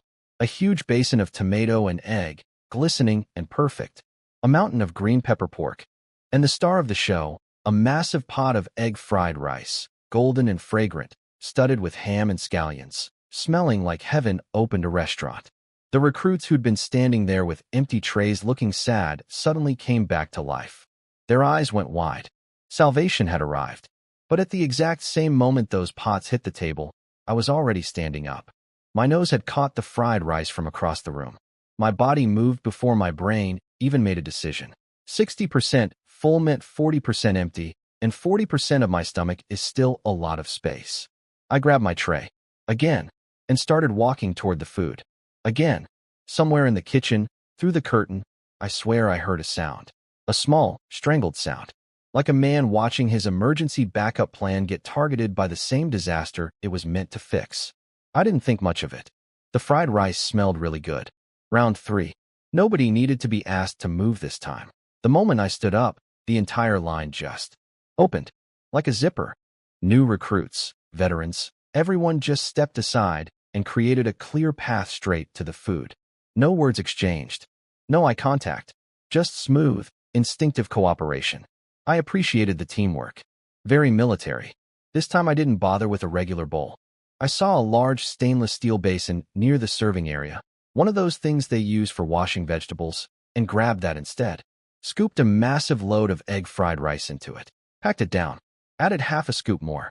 Then I took some green pepper pork on my tray and poured a little tomato egg sauce over the rice for flavor. That was enough. At this point, I just needed carbs to top off the tank. Back at the table. Chopsticks up. Fried rice disappearing at speed. The rice was golden and crispy, the eggs fluffy, little pieces of ham giving it that salty crunch. Excellent work by the kitchen. I ate with more relaxation this time. Less desperate hunger, more genuine enjoyment. 3 minutes, and the basin was empty. Every grain accounted for. I put my chopsticks down and let out a long, satisfied breath. 8 out of 10. Not completely full, but close enough. Comfortable. I could work with this. And you know what? The army wasn't bad. They actually fed you. When the food ran out, they made more. Nobody yelled at me for eating too much. Nobody told me to stop. They just let me eat. That alone made this place better than a lot of places I'd been. I collected my dishes, all spotless, because I don't leave scraps, and headed to the washing area behind the cafeteria. There was a line of recruits at the cement sinks, scrubbing their trays under running water. I walked up and stood at the back. Normal. Patient. Waiting my turn like everybody else. The guy 2 spots ahead of me glanced back. Just a casual look. His plate almost fell into the drain. His face went white. Then came the smile, that specific terrified smile I was getting very familiar with, and the words tumbled out. Be big bro. Please. Go ahead of me. I'm not in a hurry. Really. Please. You first. He practically flattened himself against the wall. Thanks, I said, and stepped forward. The next guy turned around. Same reaction. Same face. Same words. Big bro, please, go ahead. Thanks. Next guy?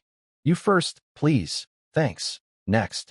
Please. Thanks. One by one, like dominoes falling, every single person in line looked back at me, panicked, and waved me forward. I went from last in line to first in line without stopping. It was like watching the Red Sea part, except instead of Moses, it was just me, holding a wet basin. I stood at the sink, turned on the water, and started washing my dishes. Nice cold water. Peaceful. The sound of scrubbing.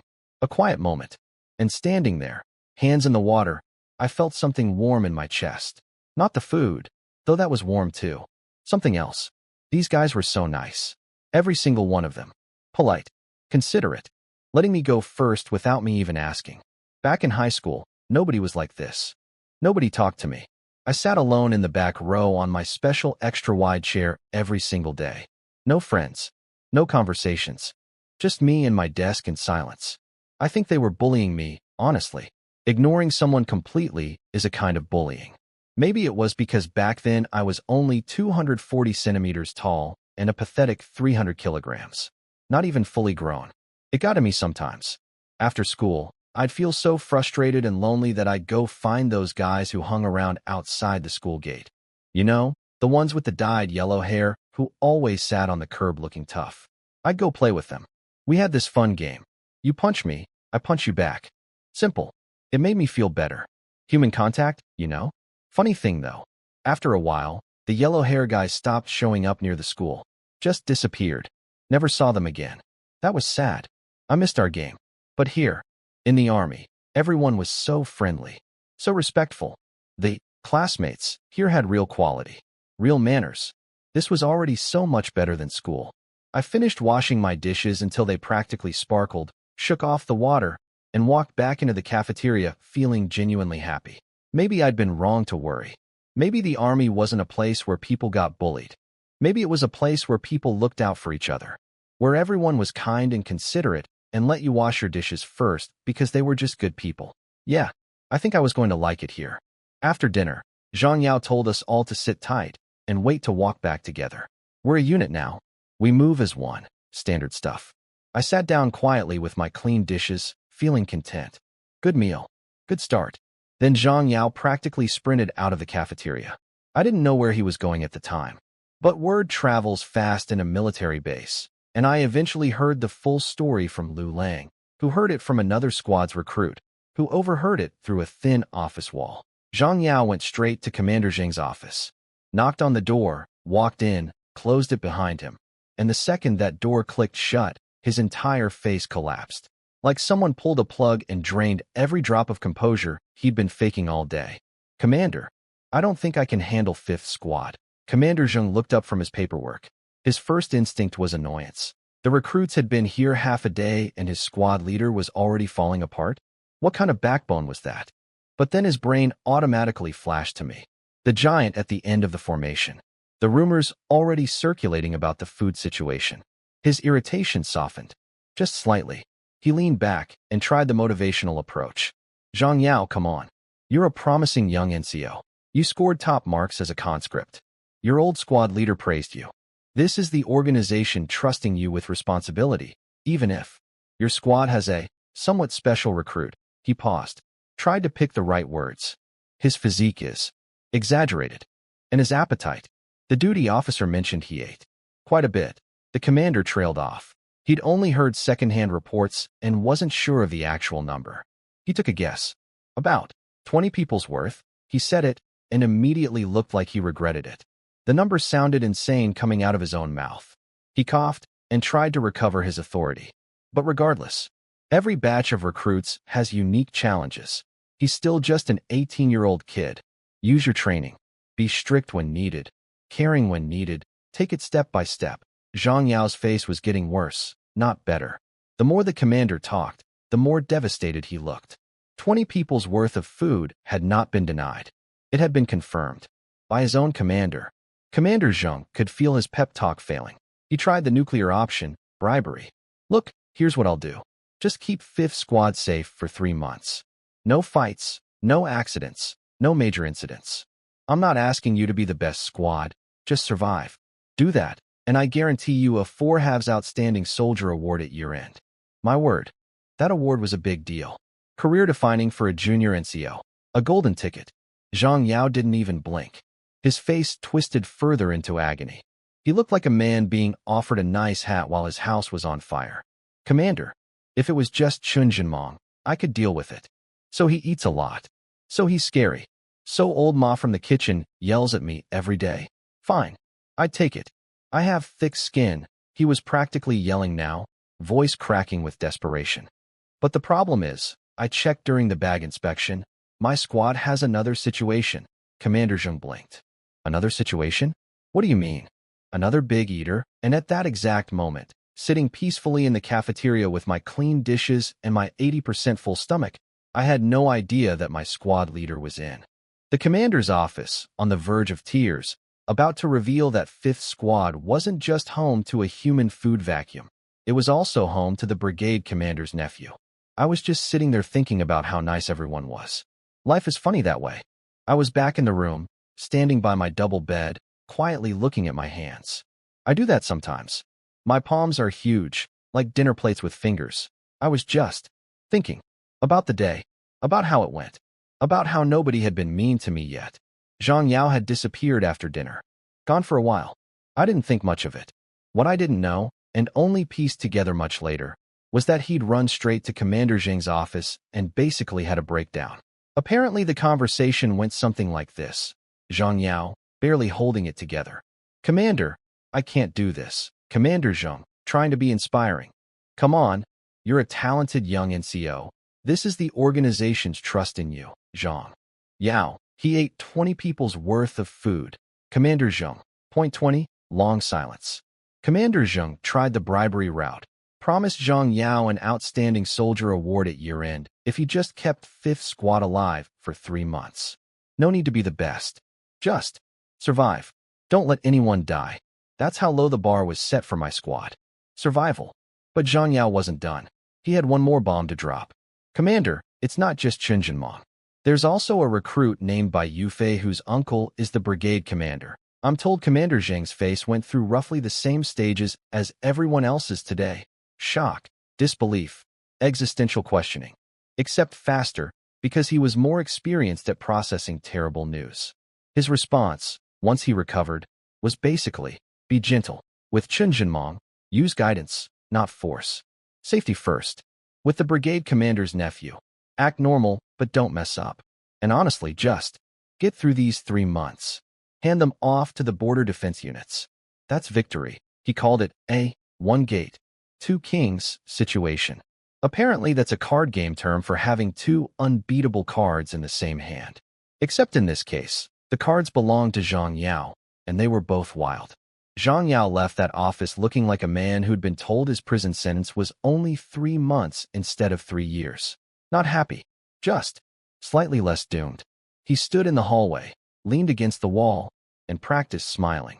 Actually practiced, stretching his face muscles, forcing the corners of his mouth upward, testing different angles until he found one that looked somewhat natural.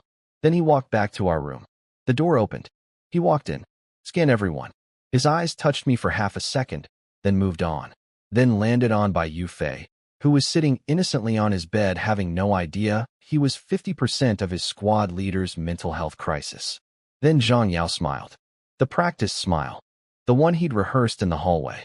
8 degrees warmer than his normal voice. A smile so aggressively warm it could melt ice. Everyone back? Good, good. Long day, right? Your feet must be sore from all that walking. He picked up one of the yellow plastic basins that had been issued to each of us. Brand new. Standard military gear. All right, everyone. Old tradition. First night in the barracks. Your squad leader gives you the family treatment. He raised his voice like he was announcing a holiday. Everyone grab your basin, fill it with hot water, and I, your squad leader, will personally wash your feet. I blinked. The squad leader was going to wash our feet? Personally, I looked down at my feet. Size. I don't even know what size. Custom-made everything. Each foot was basically the size of a small skateboard. Then I looked at that little yellow basin. Then back at my feet. This was going to be a problem. The foot washing thing was a nice surprise. Zhang Yao announced it like a gift. Old tradition. Squad leader washes the new recruit's feet. Like family. Everyone looked shocked. This wasn't the scary, yelling squad leader they'd expected. A few guys started grabbing their basins with shy little smiles. The mood in the room shifted. Warmer. Softer. Like maybe this place wasn't so bad. Then I looked at my basin. Then I looked at my feet. Squad leader. This basin is too small. It only fits 1 foot. I held it up next to my foot to demonstrate. My foot was clearly, significantly, undeniably larger than the basin. It was like trying to park a truck in a motorcycle spot. I might need a second one. Zhang Yao's smile froze for exactly half a second. I saw as I do the twitch thing. But he recovered fast. I'll give him credit. This man was getting better at absorbing my surprises, and immediately went to his own bed, pulled out his personal basin, and handed it to me. Here, use mine. 1 for each foot. No problem. He gave up his own basin. For me. Without hesitation.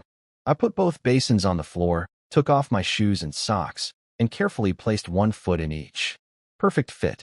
Well, tight fit. But functional. Warm water covering my aching feet after a long, exhausting day. I looked up at Zhang Yao. Squad leader, you're really kind. I meant it. This was the second time I'd told him that, and I meant it both times.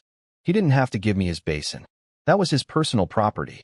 But he saw I had a problem, and he fixed it. No complaining. No making me feel bad about being too big. Just action. Zhang Yao's smile went from practice to genuine. I could tell the difference. He seemed almost proud. Like helping me made him feel good about being a squad leader. That made me feel good. A positive cycle. He went around the room pouring hot water for everyone, chatting softly, asking where people were from, if they missed home, if they were tired. Even Lu Lang dropped the tough guy act and mumbled, "Thanks, squad leader," when his turn came. I sat in my corner, both feet soaking in warm water, watching all of this. The steam rising from the basins. The quiet conversations. Zhang Yao's gentle voice filling the room. The nervousness from earlier melting away. This wasn't what I expected at all. Where was the yelling? The punishment? The bullying? This felt like a home. A weird, military-flavored home full of strangers, but still. Maybe the worrying was for nothing. The warm water and the calm atmosphere loosened something inside me. I felt relaxed. Safe. For the first time today, I actually wanted to talk to someone. Not just answer questions, actually share something. There was this thing that had been bothering me. Something the local recruitment officer told me before I enlisted. He'd slapped my shoulder, which I barely felt, and said I was perfect for border defense. Remote locations, harsh conditions, complex situations. He said my body would be a huge advantage out there. But I'd been thinking about it, and honestly, I wasn't sure he was right. Zhang Yao had just finished pouring water for someone nearby and was straightening up. I decided to ask, "Squad leader, before I came here, the recruitment officer told me that someone like me isn't suited for a regular unit. He said I should go to the border, tough terrain, dangerous situations. Said I'd be really useful there." I paused, gathering my thoughts. This was something I'd genuinely struggled with. But I think, maybe he was wrong. Modern warfare is all guns, artillery, missiles. Everything is long distance now. I looked down at my giant hands. These hands that could bend steel and lift beds like chairs. I can't stop a heavy caliber bullet. I definitely can't stop a shell or a missile. I looked up at Zhang Yao. Squad leader, do you think someone like me, big, strong, but can't block bullets or tank explosions, is kind of useless? In modern combat, I used the word useless. Well, actually I said, like a chicken rib, the Chinese expression for something too small to be worthwhile, but too big to throw away. I thought about this a lot. My body was impressive for carrying groceries and scaring people, but in an actual war, a bullet doesn't care how big your muscles are. It made me feel a little inferior, honestly. All this size, all this strength, and maybe none of it mattered where it counted. I asked Zhang Yao the question that had been eating at me. The bullet question. The, what's the point of being big if bullets don't care, question. I could tell it hit him weird. His smile froze. The hot water he was pouring almost missed the basin. I saw his hand shake. I think the part that really got him was when I said I was disappointed that I couldn't withstand large-caliber bullets. Looking back, I realized the issue wasn't that I said it. It was the word large caliber, as in, I was specifically sad about the big bullets, which maybe implied I thought I had a chance against the small ones. I don't, by the way. I've thought about it. A 5.8 millimeters round would definitely go through me. I'm strong, not made of titanium. It's a sore spot. But Zhang Yao didn't laugh at me. He didn't make me feel stupid. Instead, he put down the water bottle, walked right up to me, looked up, way up, into my face, and said with absolute conviction, "Big Chun, you are completely wrong about this. Your recruitment officer was a genius. He saw something in you that others can't see." He leaned in like he was sharing classified intelligence. Let me tell you something. After MY recruit training, I was stationed at a border defense company. 2 years. I know exactly what it's like out there. He paused for dramatic effect. Looked around the room. Every single recruit had stopped moving, stopped soaking their feet, stopped everything. All eyes on him. With your body, at a border defense post. Another pause. Maximum suspense. You would be invincible. The room erupted in silent confusion. Every recruit's face said the same thing. What? Invincible? How? In what way? Were we going to use my appetite to bankrupt the enemy's food supply? Was I going to sit on the border and physically become the border? I was curious too, honestly. I tilted my head and waited. Zhang Yao saw that he had everyone's attention. All of it. 9 pairs of eyes locked on him, hanging on every word. And I watched something change in him. He stood taller. His voice got steadier. He wasn't the panicking, twitching, practicing smiles in the hallway squad leader anymore. He was an experienced border soldier with stories to tell. But instead of explaining right away, he put the answer on hold and asked us a question. Before I tell you why Big Chun would be invincible, let me ask you all something first. He looked around the room slowly. Forget the slogans. Forget the posters. Be honest with yourselves. Why did you come here? Why did you join the army? Silence. Everyone was thinking, but nobody wanted to go first. Then Lu Lang. Of course it was Lu Lang. Jumped in with the confidence of a man who has never once doubted himself despite having every reason to. Easy, squad leader. To protect the motherland. That's why we're all here, right? Nobody's joining the army for the paycheck. He laughed at his own joke. Haha. A few nervous giggles from the other recruits. Lu Lang puffed up like a rooster who just won a debate. Zhang Yao nodded. No praise. No criticism. Just a calm, knowing nod. Yeah, I knew you'd say that. Because I said the same thing when I was you. Lu Lang's rooster energy deflated slightly. Protecting the country, that's our duty. It's real. But here's the thing. Zhang Yao's voice dropped. Quieter. More serious. The room leaned in. It's peacetime. There's no big war. Those scenes you see in movies, explosions, gunfire, heroic charges, that's far away from most of us. That's not our daily reality. He let that sink in. So here's my next question. In the military, especially border defense, aside from training accidents and equipment failures, where do you think the most dangerous, non-combat confrontations actually happen? Nobody answered. Nobody knew. I didn't know either. But I was listening harder than I'd listened to anything all day. Harder than I'd ever listened to anything in my life. Maybe. Because somewhere in this answer was the reason I was here. The reason someone like me, too big for buses, too heavy for stairs, too hungry for kitchens, actually mattered. I needed to hear it. Nobody could answer Zhang Yao's question. We all just sat there with our feet in warm water, looking confused. We'd been soldiers for approximately 6 hours. We didn't know anything about anything. Zhang Yao let the silence hang, enjoying the moment. The first time all day he felt like the smartest person in the room instead of the most terrified. Then he started talking, and everything changed. After recruit training, most of you will probably be sent to a border defense company. Oxide Chin region. Xinjiang. High plateau.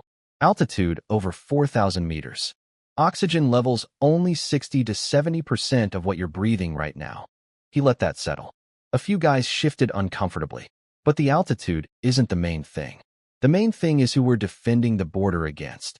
By Yufei, the brigade commander's nephew, who apparently did know some things, spoke up quietly. The Indians, Zhang Yao nodded.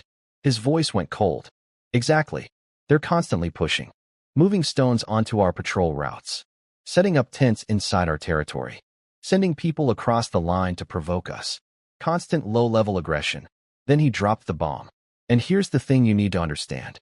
On that border, there's an unwritten rule, a red line that both sides follow to prevent full-scale war. He looked at each of us, one by one. Nobody fires the first shot. He held up his fist, then pointed at his arms. That means when there's a confrontation, and there will be confrontations, you don't use guns. You don't use rifles. You don't use any firearms at all. You use this. He showed us his fists again. Fists, sticks, shovels, rocks, your bare hands, your body. That's what border defense combat looks like. The side that shoots first loses the international argument. So everything stays physical. The room went completely silent. Not the scared silence from before. A different kind.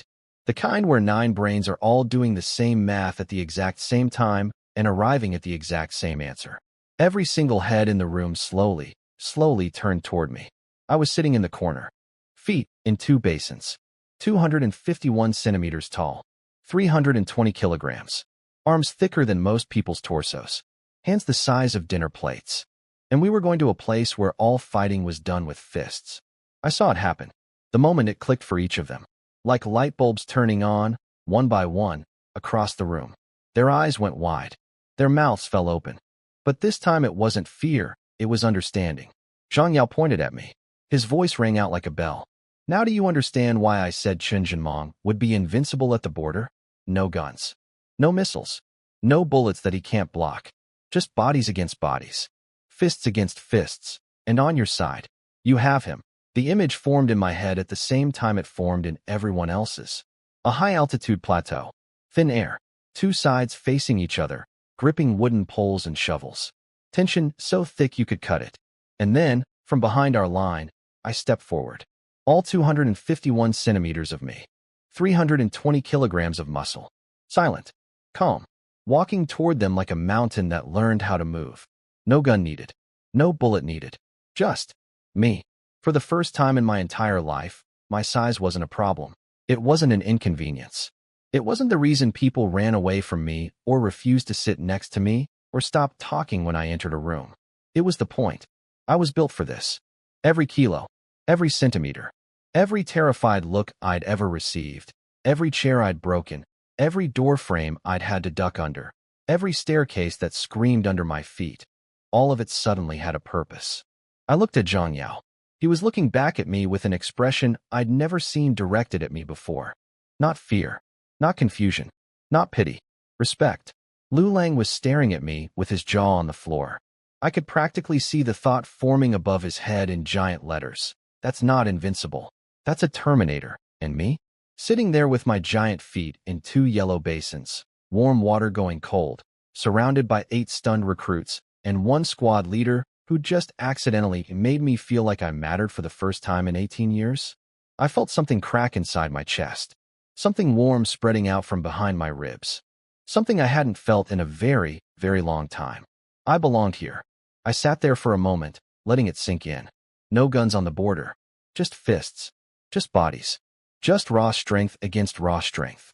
And suddenly, for the first time in my entire life, every single thing about me made sense. Oh, I said, I think I understand now, squad leader. I did understand. But there was more I wanted to say. Zhang Yao had been honest with us, so I wanted to be honest back. I held up 2 fingers. They looked like 2 sausages doing a peace sign, and said, Squad leader, I actually came here for 2 reasons. First, my family can't really afford to feed me anymore. No shame about it. It's just math. I eat roughly what a small restaurant serves in a day. My parents are normal people with normal jobs and a son with an absolutely abnormal grocery bill. They fed me and paid for school for 18 years. They're heroes, honestly. Real heroes don't wear capes. They carry shopping bags and cry at the checkout counter. I also just got accepted to a 211 university back in Jiangsu. Mechanical engineering. But tuition, living expenses. It's a lot. I figured if I serve first, I get a military allowance, save some money, lighten the load on my family, earn my own tuition. The room was quiet. I could feel the mood shifting again. These guys had spent the whole day being terrified of me, and now they were learning that the monster they were scared of was just a broke college kid who joined the army so his parents wouldn't have to sell the house to feed him. But I wasn't done. That was the practical reason. There was another one. A deeper one. I looked up, past Zhongyao, past the walls, out the window, into the dark Xinjiang sky, where stars were probably shining over mountains I hadn't seen yet. Something changed in my chest. Something heavy and hot that I usually keep locked away. The other reason, I took a deep breath. The room went very still. I'm a son of China. I was born on this land. I grew up on this land. My voice was the same volume as always. Low, rumbling. But every word landed like a hammer on an anvil. I put on this uniform to protect the completeness of our nation. Every inch of our mountains and rivers was paid for in blood. This is the soil our ancestors lived on. Our grandparents. Their grandparents. I looked at Zhang Yao, looked him dead in the eyes. And for the first time today, I wasn't worried about scaring anyone. I wasn't thinking about being too big or too loud or too much. I was thinking about something that mattered more than any of that. Any outside force that threatens our nation's wholeness. I paused, felt my jaw tighten, felt something ancient and furious rise up from somewhere deep inside me. That will be destroyed. That's my word. I don't know exactly what happened next. I mean, I know what I felt. A wave of absolute certainty, like my whole body became a declaration. But I didn't realize what it looked like from the outside. Apparently, when I said those last words, the temperature in the room dropped. The water in people's basins rippled. Several recruits went ghost white. Lu Lang's legs started shaking involuntarily. Zhou Jie stopped breathing entirely for about 5 seconds. They told me later it felt like standing next to an erupting volcano. Like the air got thick and heavy and freezing cold at the same time. Like something prehistoric had just woken up and was deciding whether to destroy everything in the room. I didn't mean to do that. I was just expressing my feelings. Apparently my feelings have a blast radius. Zhang Yao was drenched in cold sweat. His face was doing things I'd never seen a face do before.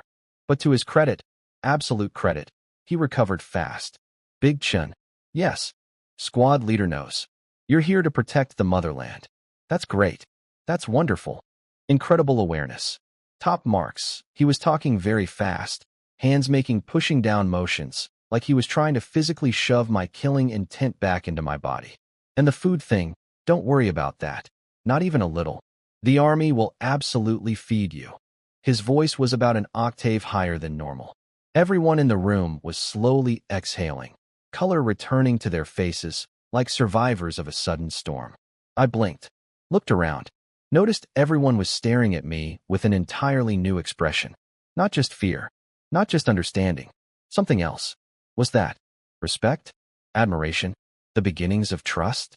Lu Lang was looking at me like I'd just transformed from a scary monster into a scary monster with a purpose, which was apparently much more acceptable. Zhou Jie had tears in his eyes. Actual tears. I don't think he even noticed. And Zhang Yao, my squad leader, who'd spent the entire day terrified of me, who'd practiced smiling in the hallway, who'd given me his personal basin so I could soak my ridiculous feet, was looking at me with an expression that said, I'm still scared of you. But now I'm really, really glad you're on our side. I settled back down, feet in the water. The warm feeling spreading through my chest wasn't from the basins. I thought about what I'd said. I meant every word, every single word. But also, and I would never say this out loud, it felt really nice to say it to people who actually listened. Apparently, I scared everyone again. I really need to work on that. Zhang Yao recovered fast, though. He grabbed onto the food topic like a drowning man grabs a life raft. Big Chen, don't worry about food. I already talked to the commander about your special situation. He personally guaranteed that this company will never let you go hungry. You will eat well. 100%. The word, eat, worked on me like a magic spell. I felt the intensity drain out of my body. Food security is important to me. It's basically my #1 concern in life, followed by, will people be nice to me? And, Where can I find dumbbells? Then Zhang Yao did something clever. He pivoted. Big Chun, you said you got into a 211 university, right? Mechanical engineering? That means you're smart. Your brain works just as well as your body. He was building towards something. I could tell. But here's what I think. Regular university is fine, but your talents? They're wasted there. You belong in the military. This is where you shine. You're like a diamond, shining anywhere, but put it in the right setting. Blinding. He started getting excited, talking faster, eyes lighting up. Think about it. New recruit training, then border service. You perform well, break some records. 5-kilometer run. You'd crush it. Obstacle course? Please. Grenade throw? You could probably throw it into orbit. Combat. We just established you'd be a living apocalypse. He was waving his hands around like a motivational speaker now. You break records. You earn commendations. You get promoted. Maybe even. Military Academy. He dropped that last phrase like it was a golden ticket. Then he leaned in for the kill. And Big Chun, Military Academy? It's all free. Tuition? Free. Housing? Free. And most importantly, he paused for maximum drama. Food? Free. Unlimited. Paid for by the nation. And the food standards at Military Academy are higher than here. Better meals. More food. He had my attention now. Full. Undivided. 320-kilogram attention. And the atmosphere? Even better than here. All future officers. High-quality people. United. Supportive. The friendliest environment you can imagine. Better atmosphere? Better than this. My mind immediately went to the dishwashing line. All those recruits smiling at me, letting me go first, being so polite and friendly. If the army was already this nice, and Military Academy was even nicer. Squad leader. Military Academy is probably far away, right? But you're saying the atmosphere would be even better? Absolutely. The best. Perfect for you. I nodded slowly. The hot, angry feeling from before was completely gone now, replaced by something warm and hopeful. Military Academy. Free food. Nice people. A career where my body was actually useful instead of just inconvenient. For the first time, I could see a future that made sense. Zhang Yao clapped his hands suddenly, breaking the spell. All right, water's getting cold. Everyone dump your basins, wash up, and get to bed. Real training starts tomorrow. You'll need your energy. Everyone snapped back to reality and started scrambling. Dumping water, grabbing towels, finding toothbrushes. The room came alive with normal, mundane activity. The terrifying moment from before faded into the background like a bad dream. Zhang Yao gave me a nod, grabbed his own basin, and walked out. I found out later what happened next. He made it to the washroom, checked that nobody was around. Then he collapsed against the wall, held his basin with shaking arms, and let out the longest, deepest sigh in the history of human breathing. He stood there for a full minute, eyes closed, replaying the moment I said, "will be destroyed," and apparently released some kind of spiritual shockwave that nearly made everyone in the room pass out. His exact thought, as he told someone much later after several drinks, was, "What the hell did the recruitment office send us? This isn't a soldier. This is a weapon. A weapon that worries about food costs and thinks people let him cut in line because they're polite. I have to keep this man happy for 3 months. I have to keep this man fed for 3 months. God help me." Then he washed his face, put his smile back on, and walked back to the room. Because that's what squad leaders do. And me? I was already in my double bed, lying on my back, staring at the ceiling, thinking about Military Academy and free food and friendly classmates and a future where I could protect my country with the body I was born with. For the first time in a long time, I fell asleep without worrying about tomorrow. Day 1, complete. First night in the army. Not bad, actually. Zhang Yao didn't make us do push-ups or sit-ups before bed like everyone warned us about. He just told us to wash up and sleep. Maybe he was too emotionally exhausted from dealing with me all day. Fair enough. I lay down on my double bed. It creaked, but held. My feet hung off the end a tiny bit, but I was used to that. Every bed my whole life has been too short. At this point, I'd be suspicious of a bed that actually fit me. The room went dark. Around me, 9 guys gradually fell asleep, their breathing getting slow and heavy. Someone snored. Someone mumbled. Normal sleepover sounds, except everyone was wearing military underwear, and tomorrow we'd be yelled at by strangers. I slept too, but lightly. New place. New sounds. New smells. My body rests, but my brain never fully shuts down. It's like a guard dog that sleeps with one ear up.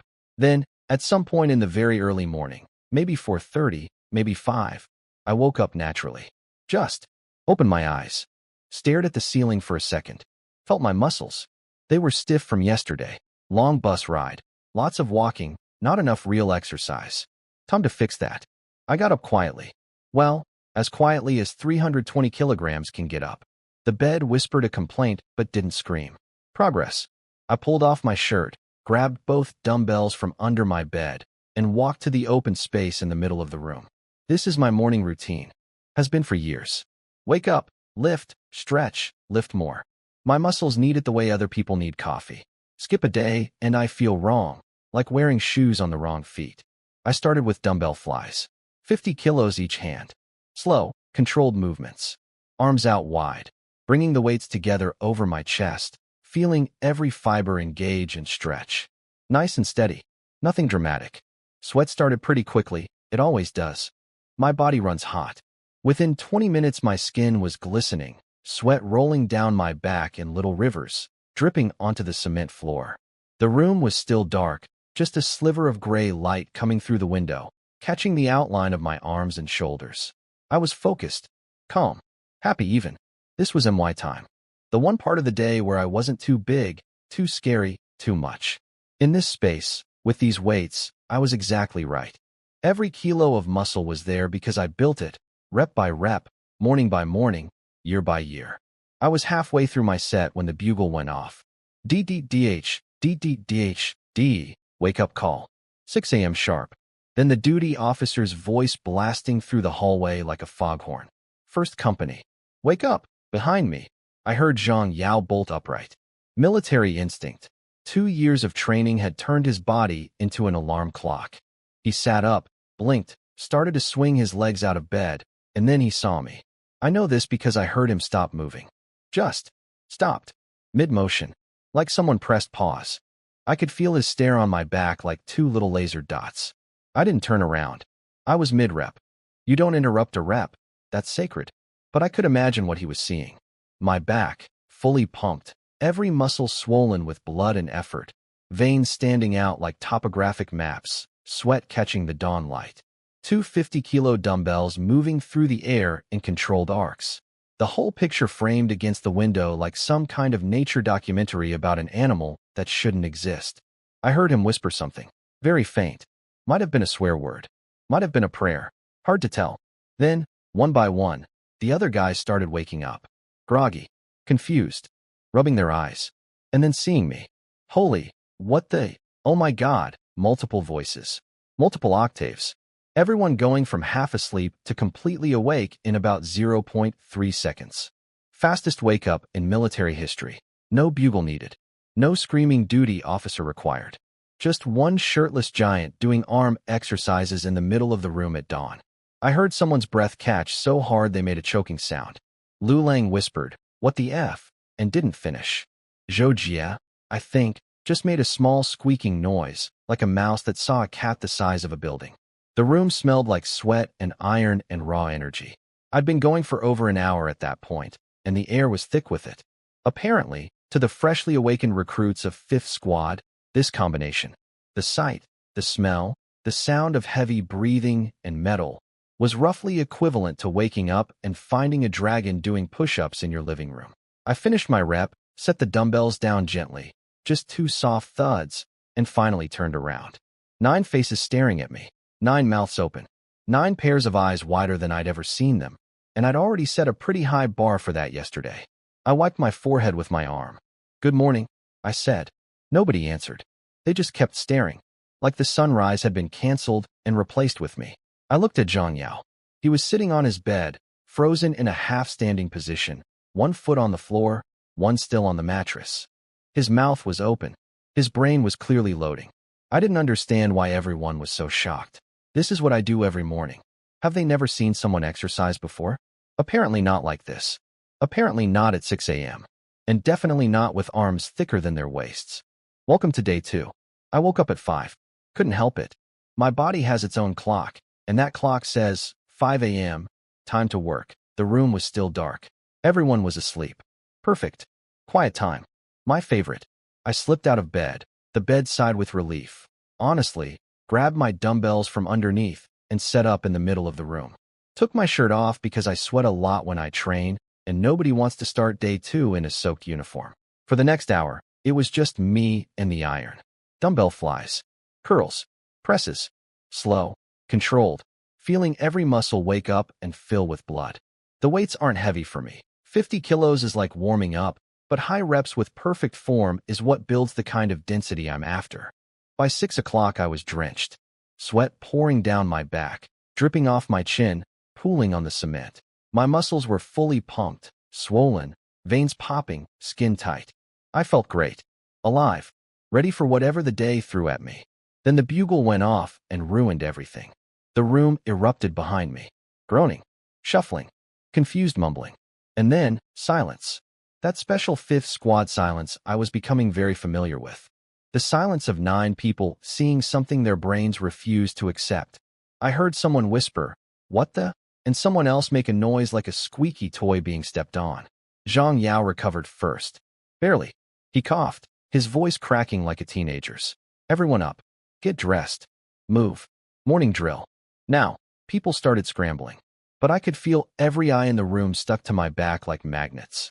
I finished my last set of curls, then set the dumbbells down. I tried to be gentle. I really did. But 50 kilos is 50 kilos, and cement is cement. Boom. Boom. The floor shook. 2 guys who were halfway into their pants nearly fell over. One person yelped. The sound acted like a second alarm clock. Everyone who still had any sleepiness left was now 100% awake and 100% terrified. I turned around to face the room. Full frontal. Every muscle pumped to maximum. Glistening with sweat, veins mapping across my arms like river systems. Zhang Yao was standing a few meters away, looking up at me. His face was attempting a smile, but producing something closer to a system error. His eyes kept scanning my body against his will. Chest, abs, arms, chest again. Like a computer running a program it can't close. Be Big Chun. You've been up since 5? Yeah, I said. Couldn't sleep. So I exercised a little. His eye twitched. A little was apparently not how he would describe what he'd just witnessed. Okay, well, put your shirt on. Don't want you catching cold. Morning drill soon, he said, catching cold, to the man whose body was literally steaming in the morning air. Sweet of him, concerned about my health. I pulled on my shirt. It was tight. It's always tight after a pump. The fabric stretched across my chest and arms like it was trying to contain an explosion. But at least I was dressed. We all filed downstairs.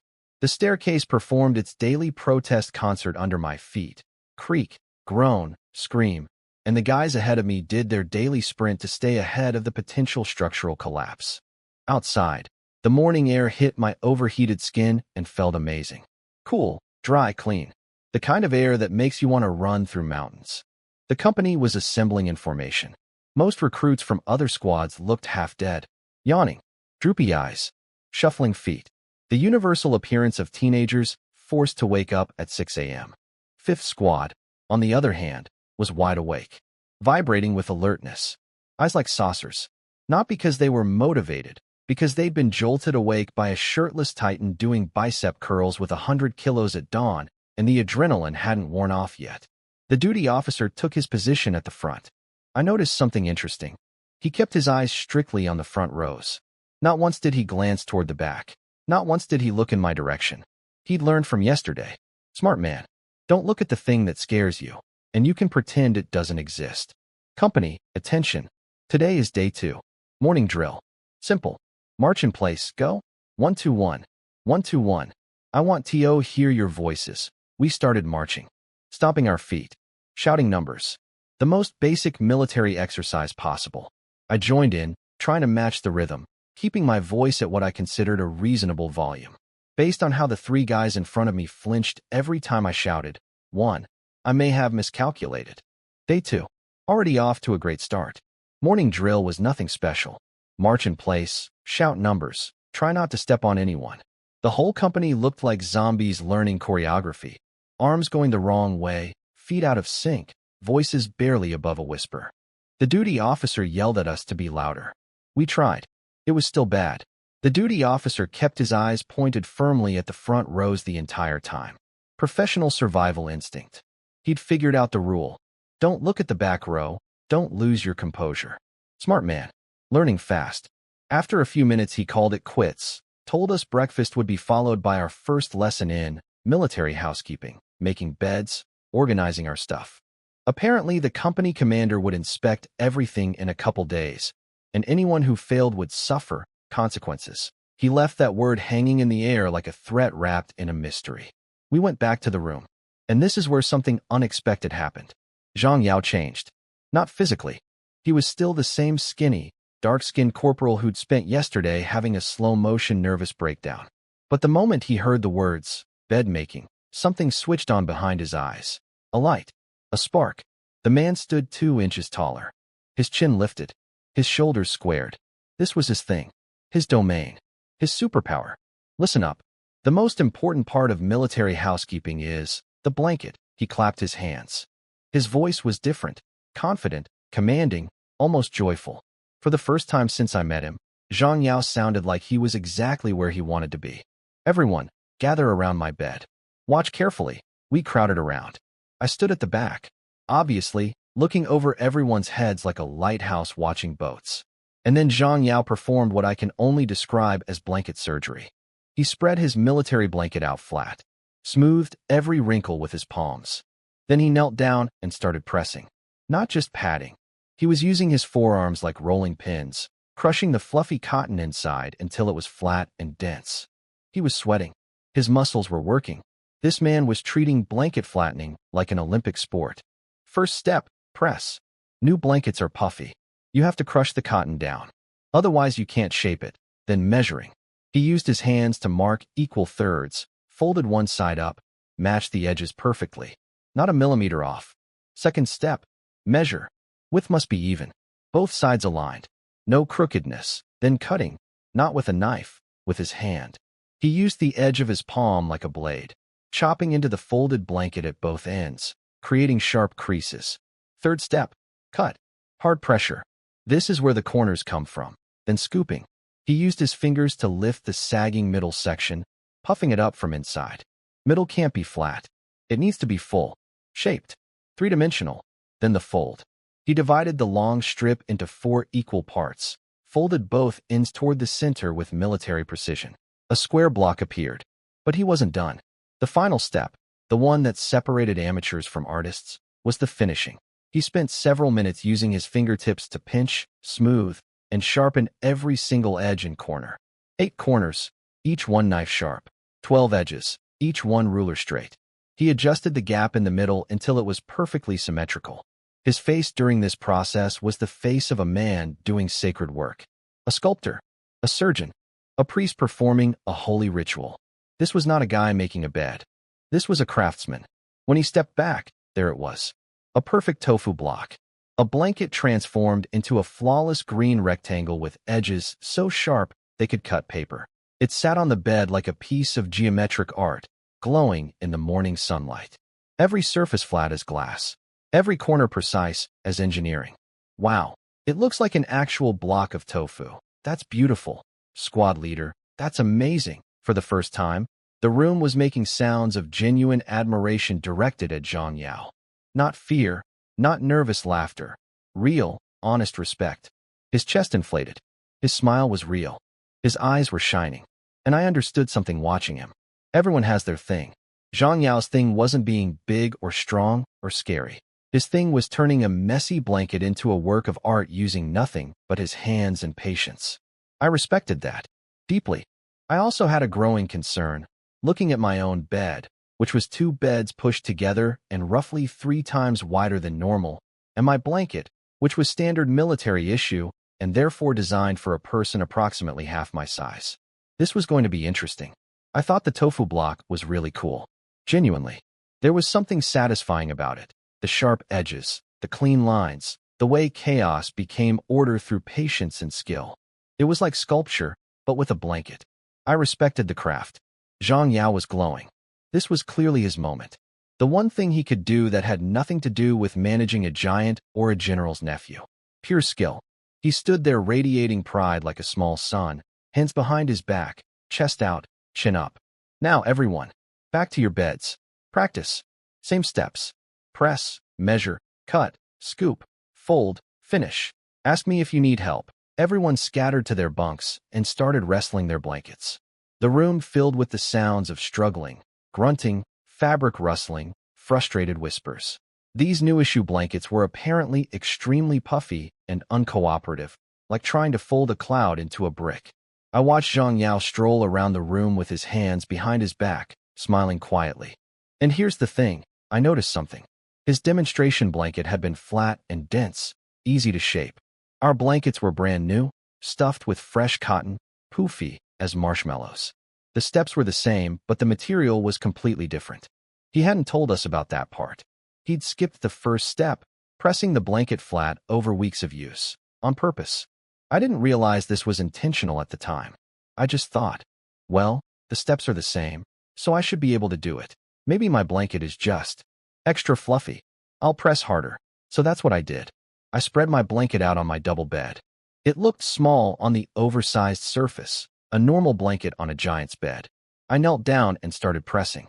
Now, when Zhang Yao pressed his blanket, he used his forearms and body weight. He's probably 70-something kilos. It took him several minutes of hard work to flatten his already broken-in blanket. I weigh 320 kilograms, and my arms can curl 50-kilo dumbbells like they're pencils.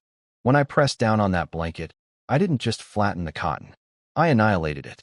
Every fiber, every puff, every molecule of air resistance, crushed into absolute submission on the first pass. My forearms are basically industrial-grade rollers. One sweep across, and the cotton compacted like it had been through a hydraulic press. I didn't know this was supposed to take weeks. I just pressed, like Zhang Yao showed us. One pass, maybe two for good measure. The blanket was now flat as paper, dense as cardboard. Ready. I followed the rest of the steps from memory. Measure the thirds. Easy, I watched carefully. Fold. Align the edges. Cut the ends with my palm edge.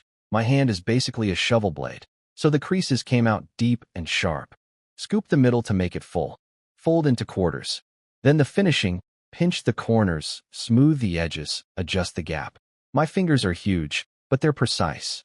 Years of handling dumbbells, adjusting weights, tightening bolts on exercise equipment. Fine motor control isn't a problem. I just have to be gentle. It took me maybe 4 minutes total. I stepped back and looked at it. It was good. I thought it was good. Square. Neat. Edges looked sharp. Corners looked pointy. Looked like the one Zhang Yao made. Maybe. Hard to tell from my angle. I turned to find Zhang Yao. He was on the other side of the room, hands behind his back, smiling to himself, watching the other recruits fail miserably with their puffy blankets. He seemed very happy about their failure. Suspiciously happy. Squad leader, he jumped, grabbed his chest, did the whole routine. The flinch, the startled heartbeat, the silent internal scream. I keep forgetting my voice does this to people. I finished folding my blanket. Want to check it? His face went through a rapid sequence. Surprise, confusion, disbelief. Wait, what? He turned and looked at me. Then at my bed. Then back at me. You? Finished? Already? Zhang Yao walked over to my bed. He had this look on his face, the smug, I know what I'm going to see look. The look of a teacher who gave an impossible test on purpose and is about to enjoy watching the students fail. Then he saw my blanket. His face broke, like a window hit by a baseball. Every expression he had loaded up, the gentle criticism, the wise mentor nod, the not bad for a first try, all of it shattered and fell off his face, leaving nothing but raw, naked shock. He rubbed his eyes, blinked, rubbed them again, looked at my blanket, looked at me, looked at the blanket again. It was a tofu block, not a perfect one, a little thicker than his, not quite as razor-sharp on the corners. But it was clearly, unmistakably a proper military tofu block. Square, straight edges, defined corners, neat gap in the middle. The kind of result that should take a new recruit weeks to achieve, not 15 minutes. His mouth opened. No words came out, just air. He looked like a fish that had been shown a magic trick. Behind him, the entire room went silent. Every recruit stopped fighting with their blankets and stared at my bed, then at their own beds, then at mine again. Their blankets looked like sad, deflated animals. Mine looked like it belonged in a military museum. What the? He finished. How? It's been 10 minutes. Mine still looks like a cloud. I followed the same steps. Why does mine look like garbage? Lu Lang was holding his blanket, which he'd attempted 3 times and which kept collapsing like a failed soufflé, and staring at my bed with the expression of a man questioning every life choice he'd ever made. Zhang Yao finally found his voice. It came out thin and wobbly. Big Chun, how? How did you do this? How is it already shaped? I looked at my blanket, then at him. I didn't understand the question. He'd shown us the steps. I followed the steps. What was confusing? I just did what you taught us, squad leader. He kept staring at me, clearly wanting more explanation. So I thought about it and added. The blanket was really puffy though. Hard to work with. So I pressed it down pretty hard first. Pressed it. Pretty hard. Yeah. I showed him with my hands, miming a pressing motion. With my hands, my arms, my knees. I pushed down hard for a little while. Squished the cotton flat. After that, the folding was easy. I said this like it was the most normal thing in the world. Because for me it was. Press the thing flat. Fold the thing into shape. Simple. What I didn't realize, what Zhang Yao and everyone else immediately understood, was the math. Normal recruits press their blankets with their body weight. 70 kilos, maybe 80, applied through forearms over many sessions. It takes weeks of daily pressing to compact fresh cotton enough for proper shaping. This is the secret step Zhang Yao had deliberately hidden, planning to reveal it later like a wise old master sharing ancient knowledge. I weigh 320 kilograms. My arms can deadlift 100 kilos without breaking a sweat. When I pressed pretty hard on that blanket, I applied more force in 2 minutes than a normal recruit applies in a month. The cotton didn't stand a chance.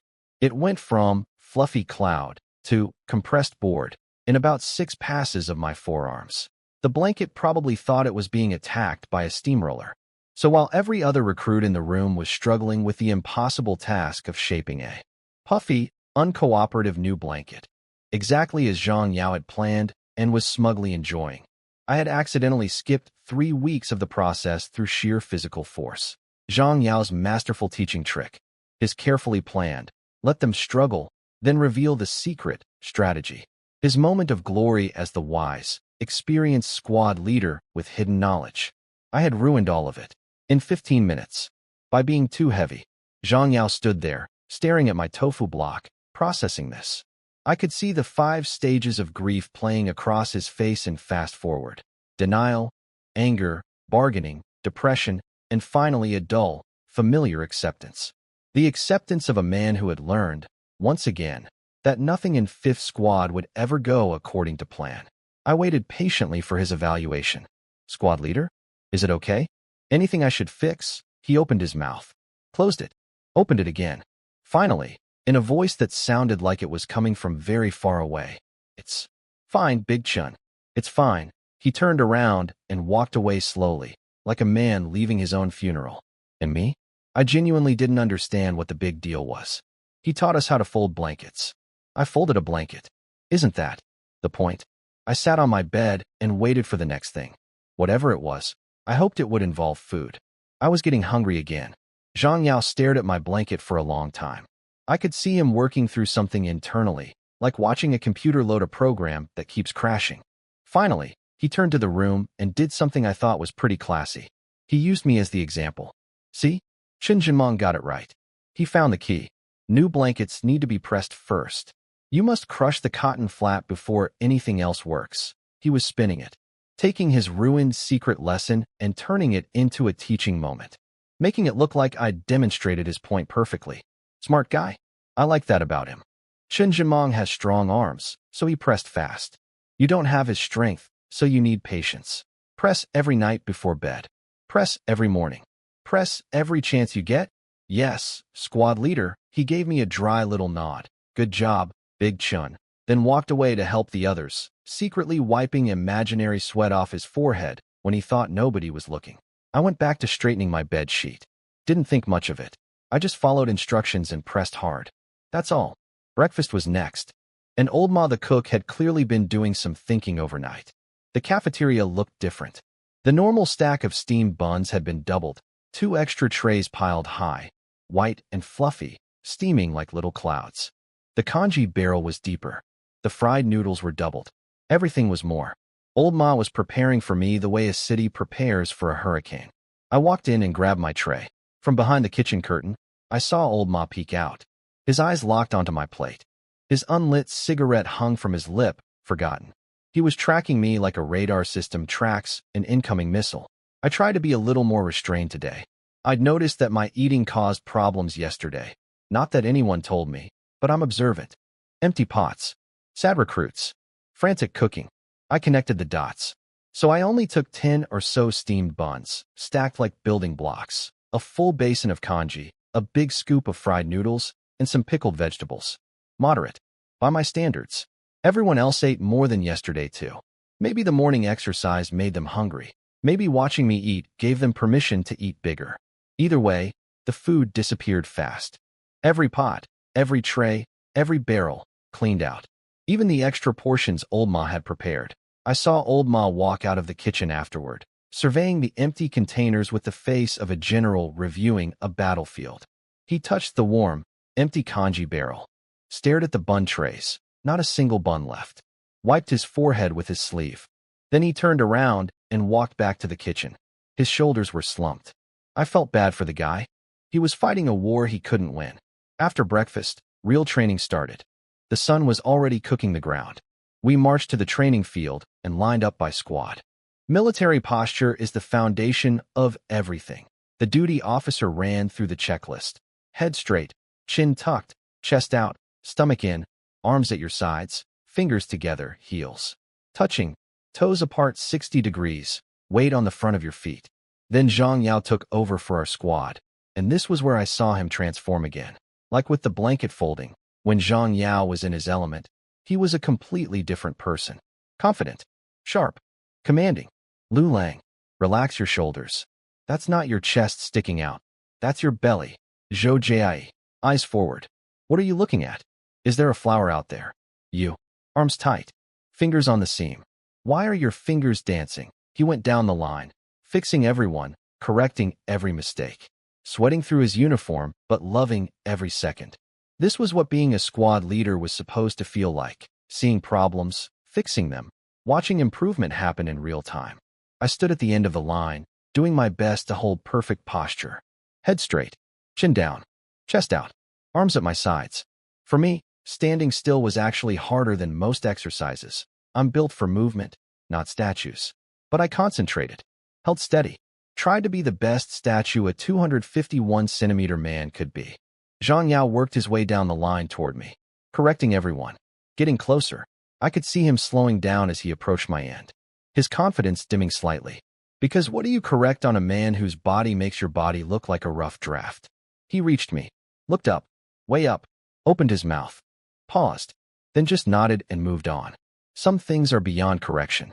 I was one of them.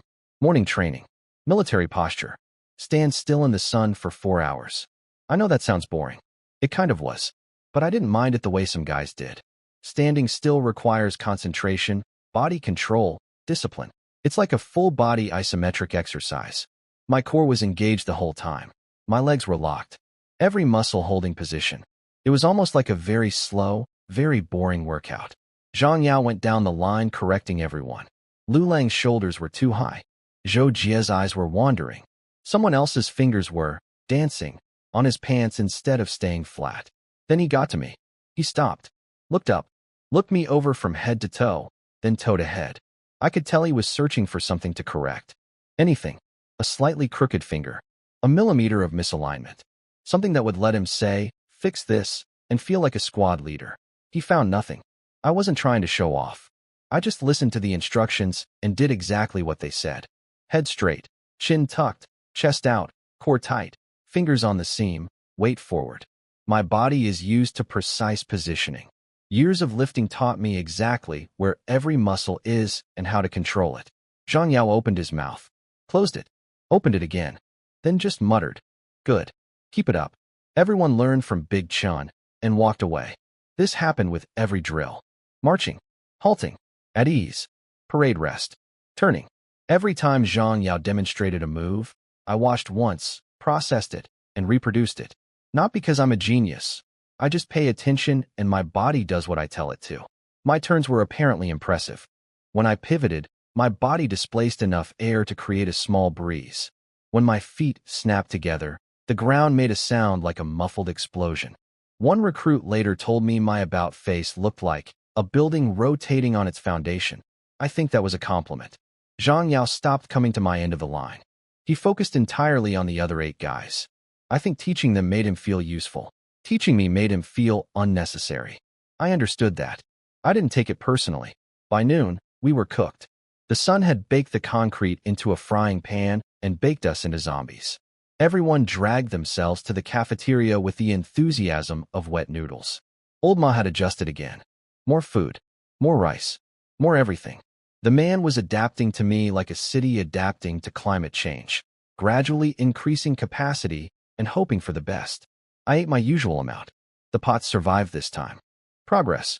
At lunch, Lu Lang slumped down next to Zhang Yao and started complaining. Squad leader, when are we going to learn something real? Standing around all morning is so boring. When do we get to do combat training? Or throw grenades? Or at least run 5 kilometers? This isn't what I signed up for. Zhang Yao chewed his rice calmly. Patience. Drill is the soul of a soldier. If you can't stand and march properly, you can't do anything else. The plan is 2 weeks of drill basics before we move to combat fundamentals. Lu Lang groaned dramatically. Then his eyes suddenly lit up, like a light bulb flickering on in a dusty attic. 2 whole weeks before combat training? Hey, squad leader, can you fight? Like, how many regular guys could you take in a fight? I was eating my rice mountain, not really paying attention to their conversation. Training had been fine. Not exciting, not terrible. I just did what I was told and ate when they let me. Simple system. I like simple systems. But Lu Lang's question caught the edge of my attention. How many people could a trained soldier fight at once? That was actually an interesting question. I kept eating, but I was listening now. I was working through my rice mountain. Today's was a respectable size, maybe 7 or 8 people's worth, when I tuned into the conversation happening next to me. Lu Lang was asking Zhang Yao how many people he could fight at once. I kept eating, but my ears were wide open. Zhang Yao put down his chopsticks, wiped his mouth, and answered like a man stating the weather forecast. With a weapon, a stick, a shovel, something standard, I can handle about 10 untrained men. No problem, he said it so casually. Like it was common knowledge. Like everyone should be able to fight 10 people. I stopped chewing for a second. 10 people. With a weapon. That was Zhang Yao, my skinny, nervous squad leader who flinched every time I spoke. The guy who practiced smiling in hallways. That guy could beat up 10 people. I suddenly felt a new level of respect for him, and also a new understanding of why the military might not be the pushover environment I'd worried about. These people were trained. Even the ones who looked normal were apparently human weapons. Lu Lang, however, did not seem impressed. I could see it on his face, that specific look of a guy doing mental math and arriving at a wrong answer. He was comparing Zhang Yao's 10 with a weapon to his own street fighting experience, and somehow concluding they were in the same league. I knew Lu Lang's type. Back in school, the yellow-haired guys who hung around the gate were exactly like him. Tough attitude, some real scrapping experience, genuinely dangerous in a street fight, but operating in a completely different universe from trained military combat. The difference between a guy who's won some bar fights and a guy who's trained to neutralize threats on a contested border is like the difference between someone who can swim in a pool and someone who navigates submarines. But Lu Lang didn't know that yet. His eyes were sparkling. His chest was puffing up. He was already planning his debut. Squad leader, when's the combat training class? Can new recruits spar with veterans? I want to see the real deal. What he meant was, I think I can take you, and I'd like to prove it publicly. Zhang Yao read him perfectly. Didn't get angry. Didn't laugh. Just looked at Lu Lang with that calm, knowing expression. The look of a cat watching a mouse flex its muscles. 1 week. The company will bring in a combat instructor from the Army's reconnaissance battalion. There'll be sparring rounds. If you've got the guts, volunteer. He leaned in slightly. I'll be watching. We'll see what you're really made of. Lu Lang practically vibrated with excitement. Deal. 1 week. On my end, he was already fantasizing. I could see the movie playing behind his eyes, him stepping into the ring, shocking everyone, maybe even making a veteran stumble. The glorious return of the street legend, now in military packaging. I chewed my rice and said nothing. I'd seen this movie before. Back at school, the yellow hair guys used to talk the same way before our little games. Full of confidence. Full of plans. Then we'd play the punch-for-punch game and, well, they stopped coming to school after a while. I hoped Lu Lang's combat class would go better for him than my games went for the yellow hair guys. I genuinely liked Lu Lang. He had spirit. He just didn't know what he didn't know. Then again, neither did I, really. I'd never had formal combat training. I'd never fought anyone who actually knew what they were doing.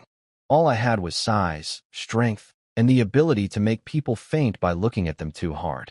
Maybe the combat class would teach me something too. I finished my rice, stacked my empty plates, and went to wash them. The line parted for me as usual. Everyone smiled and waved me forward. Such polite people.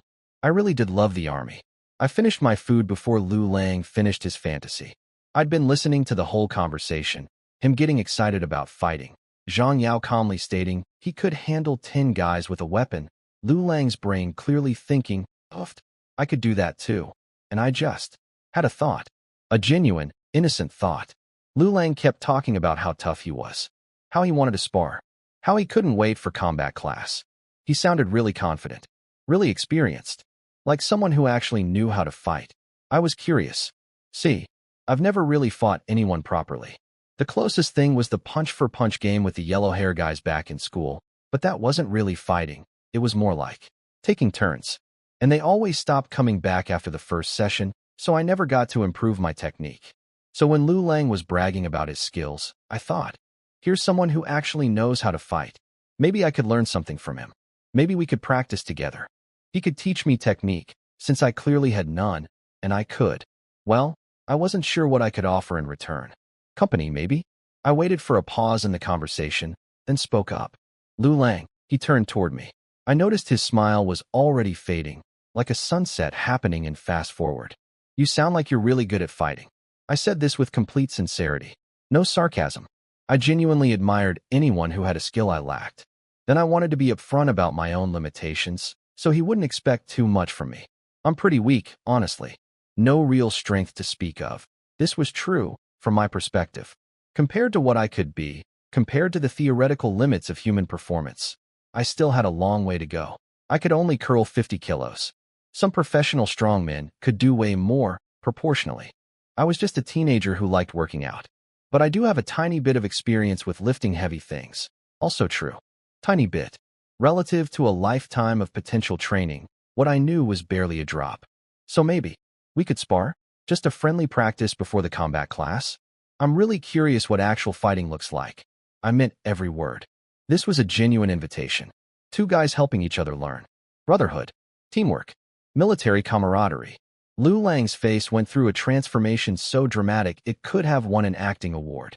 His confident grin melted like ice cream in the Xinjiang sun, replaced by a white, frozen mask of pure, absolute terror. No. No. Big Chun. Brother Chun. Total misunderstanding. He was waving his hands so fast they were blurring. I'm not a violent person. I swear on my favorite loafers. I was just curious. About learning. Education.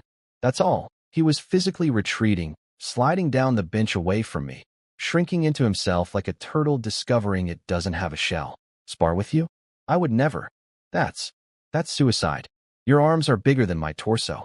I'm not crazy. I blinked. What? 3 seconds ago this guy was ready to challenge trained military veterans to combat. Now I suggested a friendly practice round, and he looked like I proposed a death match. Was I that scary? I mean, I just said I was weak. I said I had no strength. I was being humble and honest. Why was he acting like I'd threatened to launch him into orbit? I didn't understand, but I also didn't want to make him uncomfortable. So I just said, "Oh," and went back to my soup. Zhang Yao, across the table, was fighting a smile so hard his face was vibrating. I saw him look at Lu Lang, who was now eating his rice in terrified silence, all dreams of combat glory completely extinct, and then look at me. Something shifted in his expression. Something calculating. Like a chess player who just realized he had a piece on the board he hadn't been using. Apparently, having me in the squad wasn't all bad. Apparently, I was useful for something beyond border defense. I was a natural Lu Lang suppressant. After lunch, we went back to the room expecting rest. But Zhang Yao's warm, friendly face The one he'd been wearing since yesterday suddenly disappeared, like a mask being removed. Underneath was something harder, something that meant business. Afternoon was going to be different. Back in the room after lunch, Zhang Yao dropped the nice guy act like a hot potato. Nobody is lying down. Your blankets are pathetic. The commander inspects in 2 days. You want to embarrass Fifth Squad? He pointed at everyone's beds. Lumpy, saggy, shapeless messes that looked less like tofu blocks and more like sad pillows having an identity crisis. Everyone, press your blankets until I say stop. Knees, arms, body weight, whatever works. I check each one personally. Nobody sleeps until I'm satisfied. Groans. Internal screaming. Legs still aching from morning drill, and now they had to wrestle cotton for an hour. Then Zhang Yao looked at my bed. My blanket was sitting there perfectly, sharp, square, beautiful. A monument to the power of weighing 320 kilograms. Squad leader, is my blanket okay? I'd like to nap. Rest up for the afternoon. Zhang Yao's I did the twitch thing. Then his face melted into that special soft expression he reserved exclusively for me. Of course, Big Chen. Your blanket is wonderful. Absolutely no problems. He walked over and admired it like it was in a gallery. You should definitely rest. I know you look strong, but squad leader understands. Deep down, your body is still delicate. You're still growing. You need sleep. Go ahead, lie down, sweet dreams. My body is delicate. I'm still growing. I weigh 320 kilograms and I bench press furniture, but sure, delicate, like a flower. Behind me, I could feel the other 8 recruits' eyeballs burning into my back. The psychic energy of their outrage was almost physical. Lu Lang was on his knees crushing his blanket, sweat dripping down his face, watching our squad leader tuck me in like a baby bear while everyone else suffered. I didn't understand why they seemed upset. Zhang Yao said my blanket passed. Theirs didn't. It was simple logic. Thank you, squad leader. I lay down. The bed sang its familiar creak. I closed my eyes. Within 30 seconds, I was asleep. My body has a gift for sleeping. When I decide to rest, I rest. No delays, no tossing, no thinking. Just off. Around me, the sounds of 8 men grunting, kneeling, pressing, sweating, and silently cursing my existence while I napped peacefully 3 feet away. Zhang Yao pacing between them barking orders. The rhythmic thumping of knees on cotton. I slept beautifully. The afternoon brought more drill, more sun, more sweat. Then at 4 o'clock, the whistle blew and everything changed. Back to your rooms. Change into point uniforms. 5 minutes. Fitness test. PT uniforms. Green t-shirt, dark blue shorts, rubber shoes. I grabbed my custom-made set from the locker, special ordered by the recruitment officer because no standard size exists for me. Even the XXL stuff in the military fits me like a crop top. The shirt wrapped around my biceps like cling film. The shorts were tight. Every muscle in my legs was clearly outlined, like anatomical diagrams printed on fabric. I looked like a superhero whose costume budget ran out halfway through production. We assembled outside. Everyone in their PT gear, standing in the late afternoon sun, nervous energy buzzing through the ranks. Then Commander Zheng appeared, also in PT gear, a faded, well-worn set that said, "I've been doing this for years." He had a clipboard with forms. He walked to the front, scanned the formation, and his eyes did that thing where they paused briefly on me before deliberately moving on. At ease, listen up. This afternoon, I will personally conduct a baseline fitness assessment for all new recruits. Baseline fitness assessment. Personally conducted by the commander. This was not casual. This was serious. I stood at the back of the formation, watching Commander Zheng's face as he prepared to explain the tests. I wasn't nervous exactly. My body could do most physical things without much trouble, but I was curious. What would they test? How would I compare? And most importantly, would there be food afterward?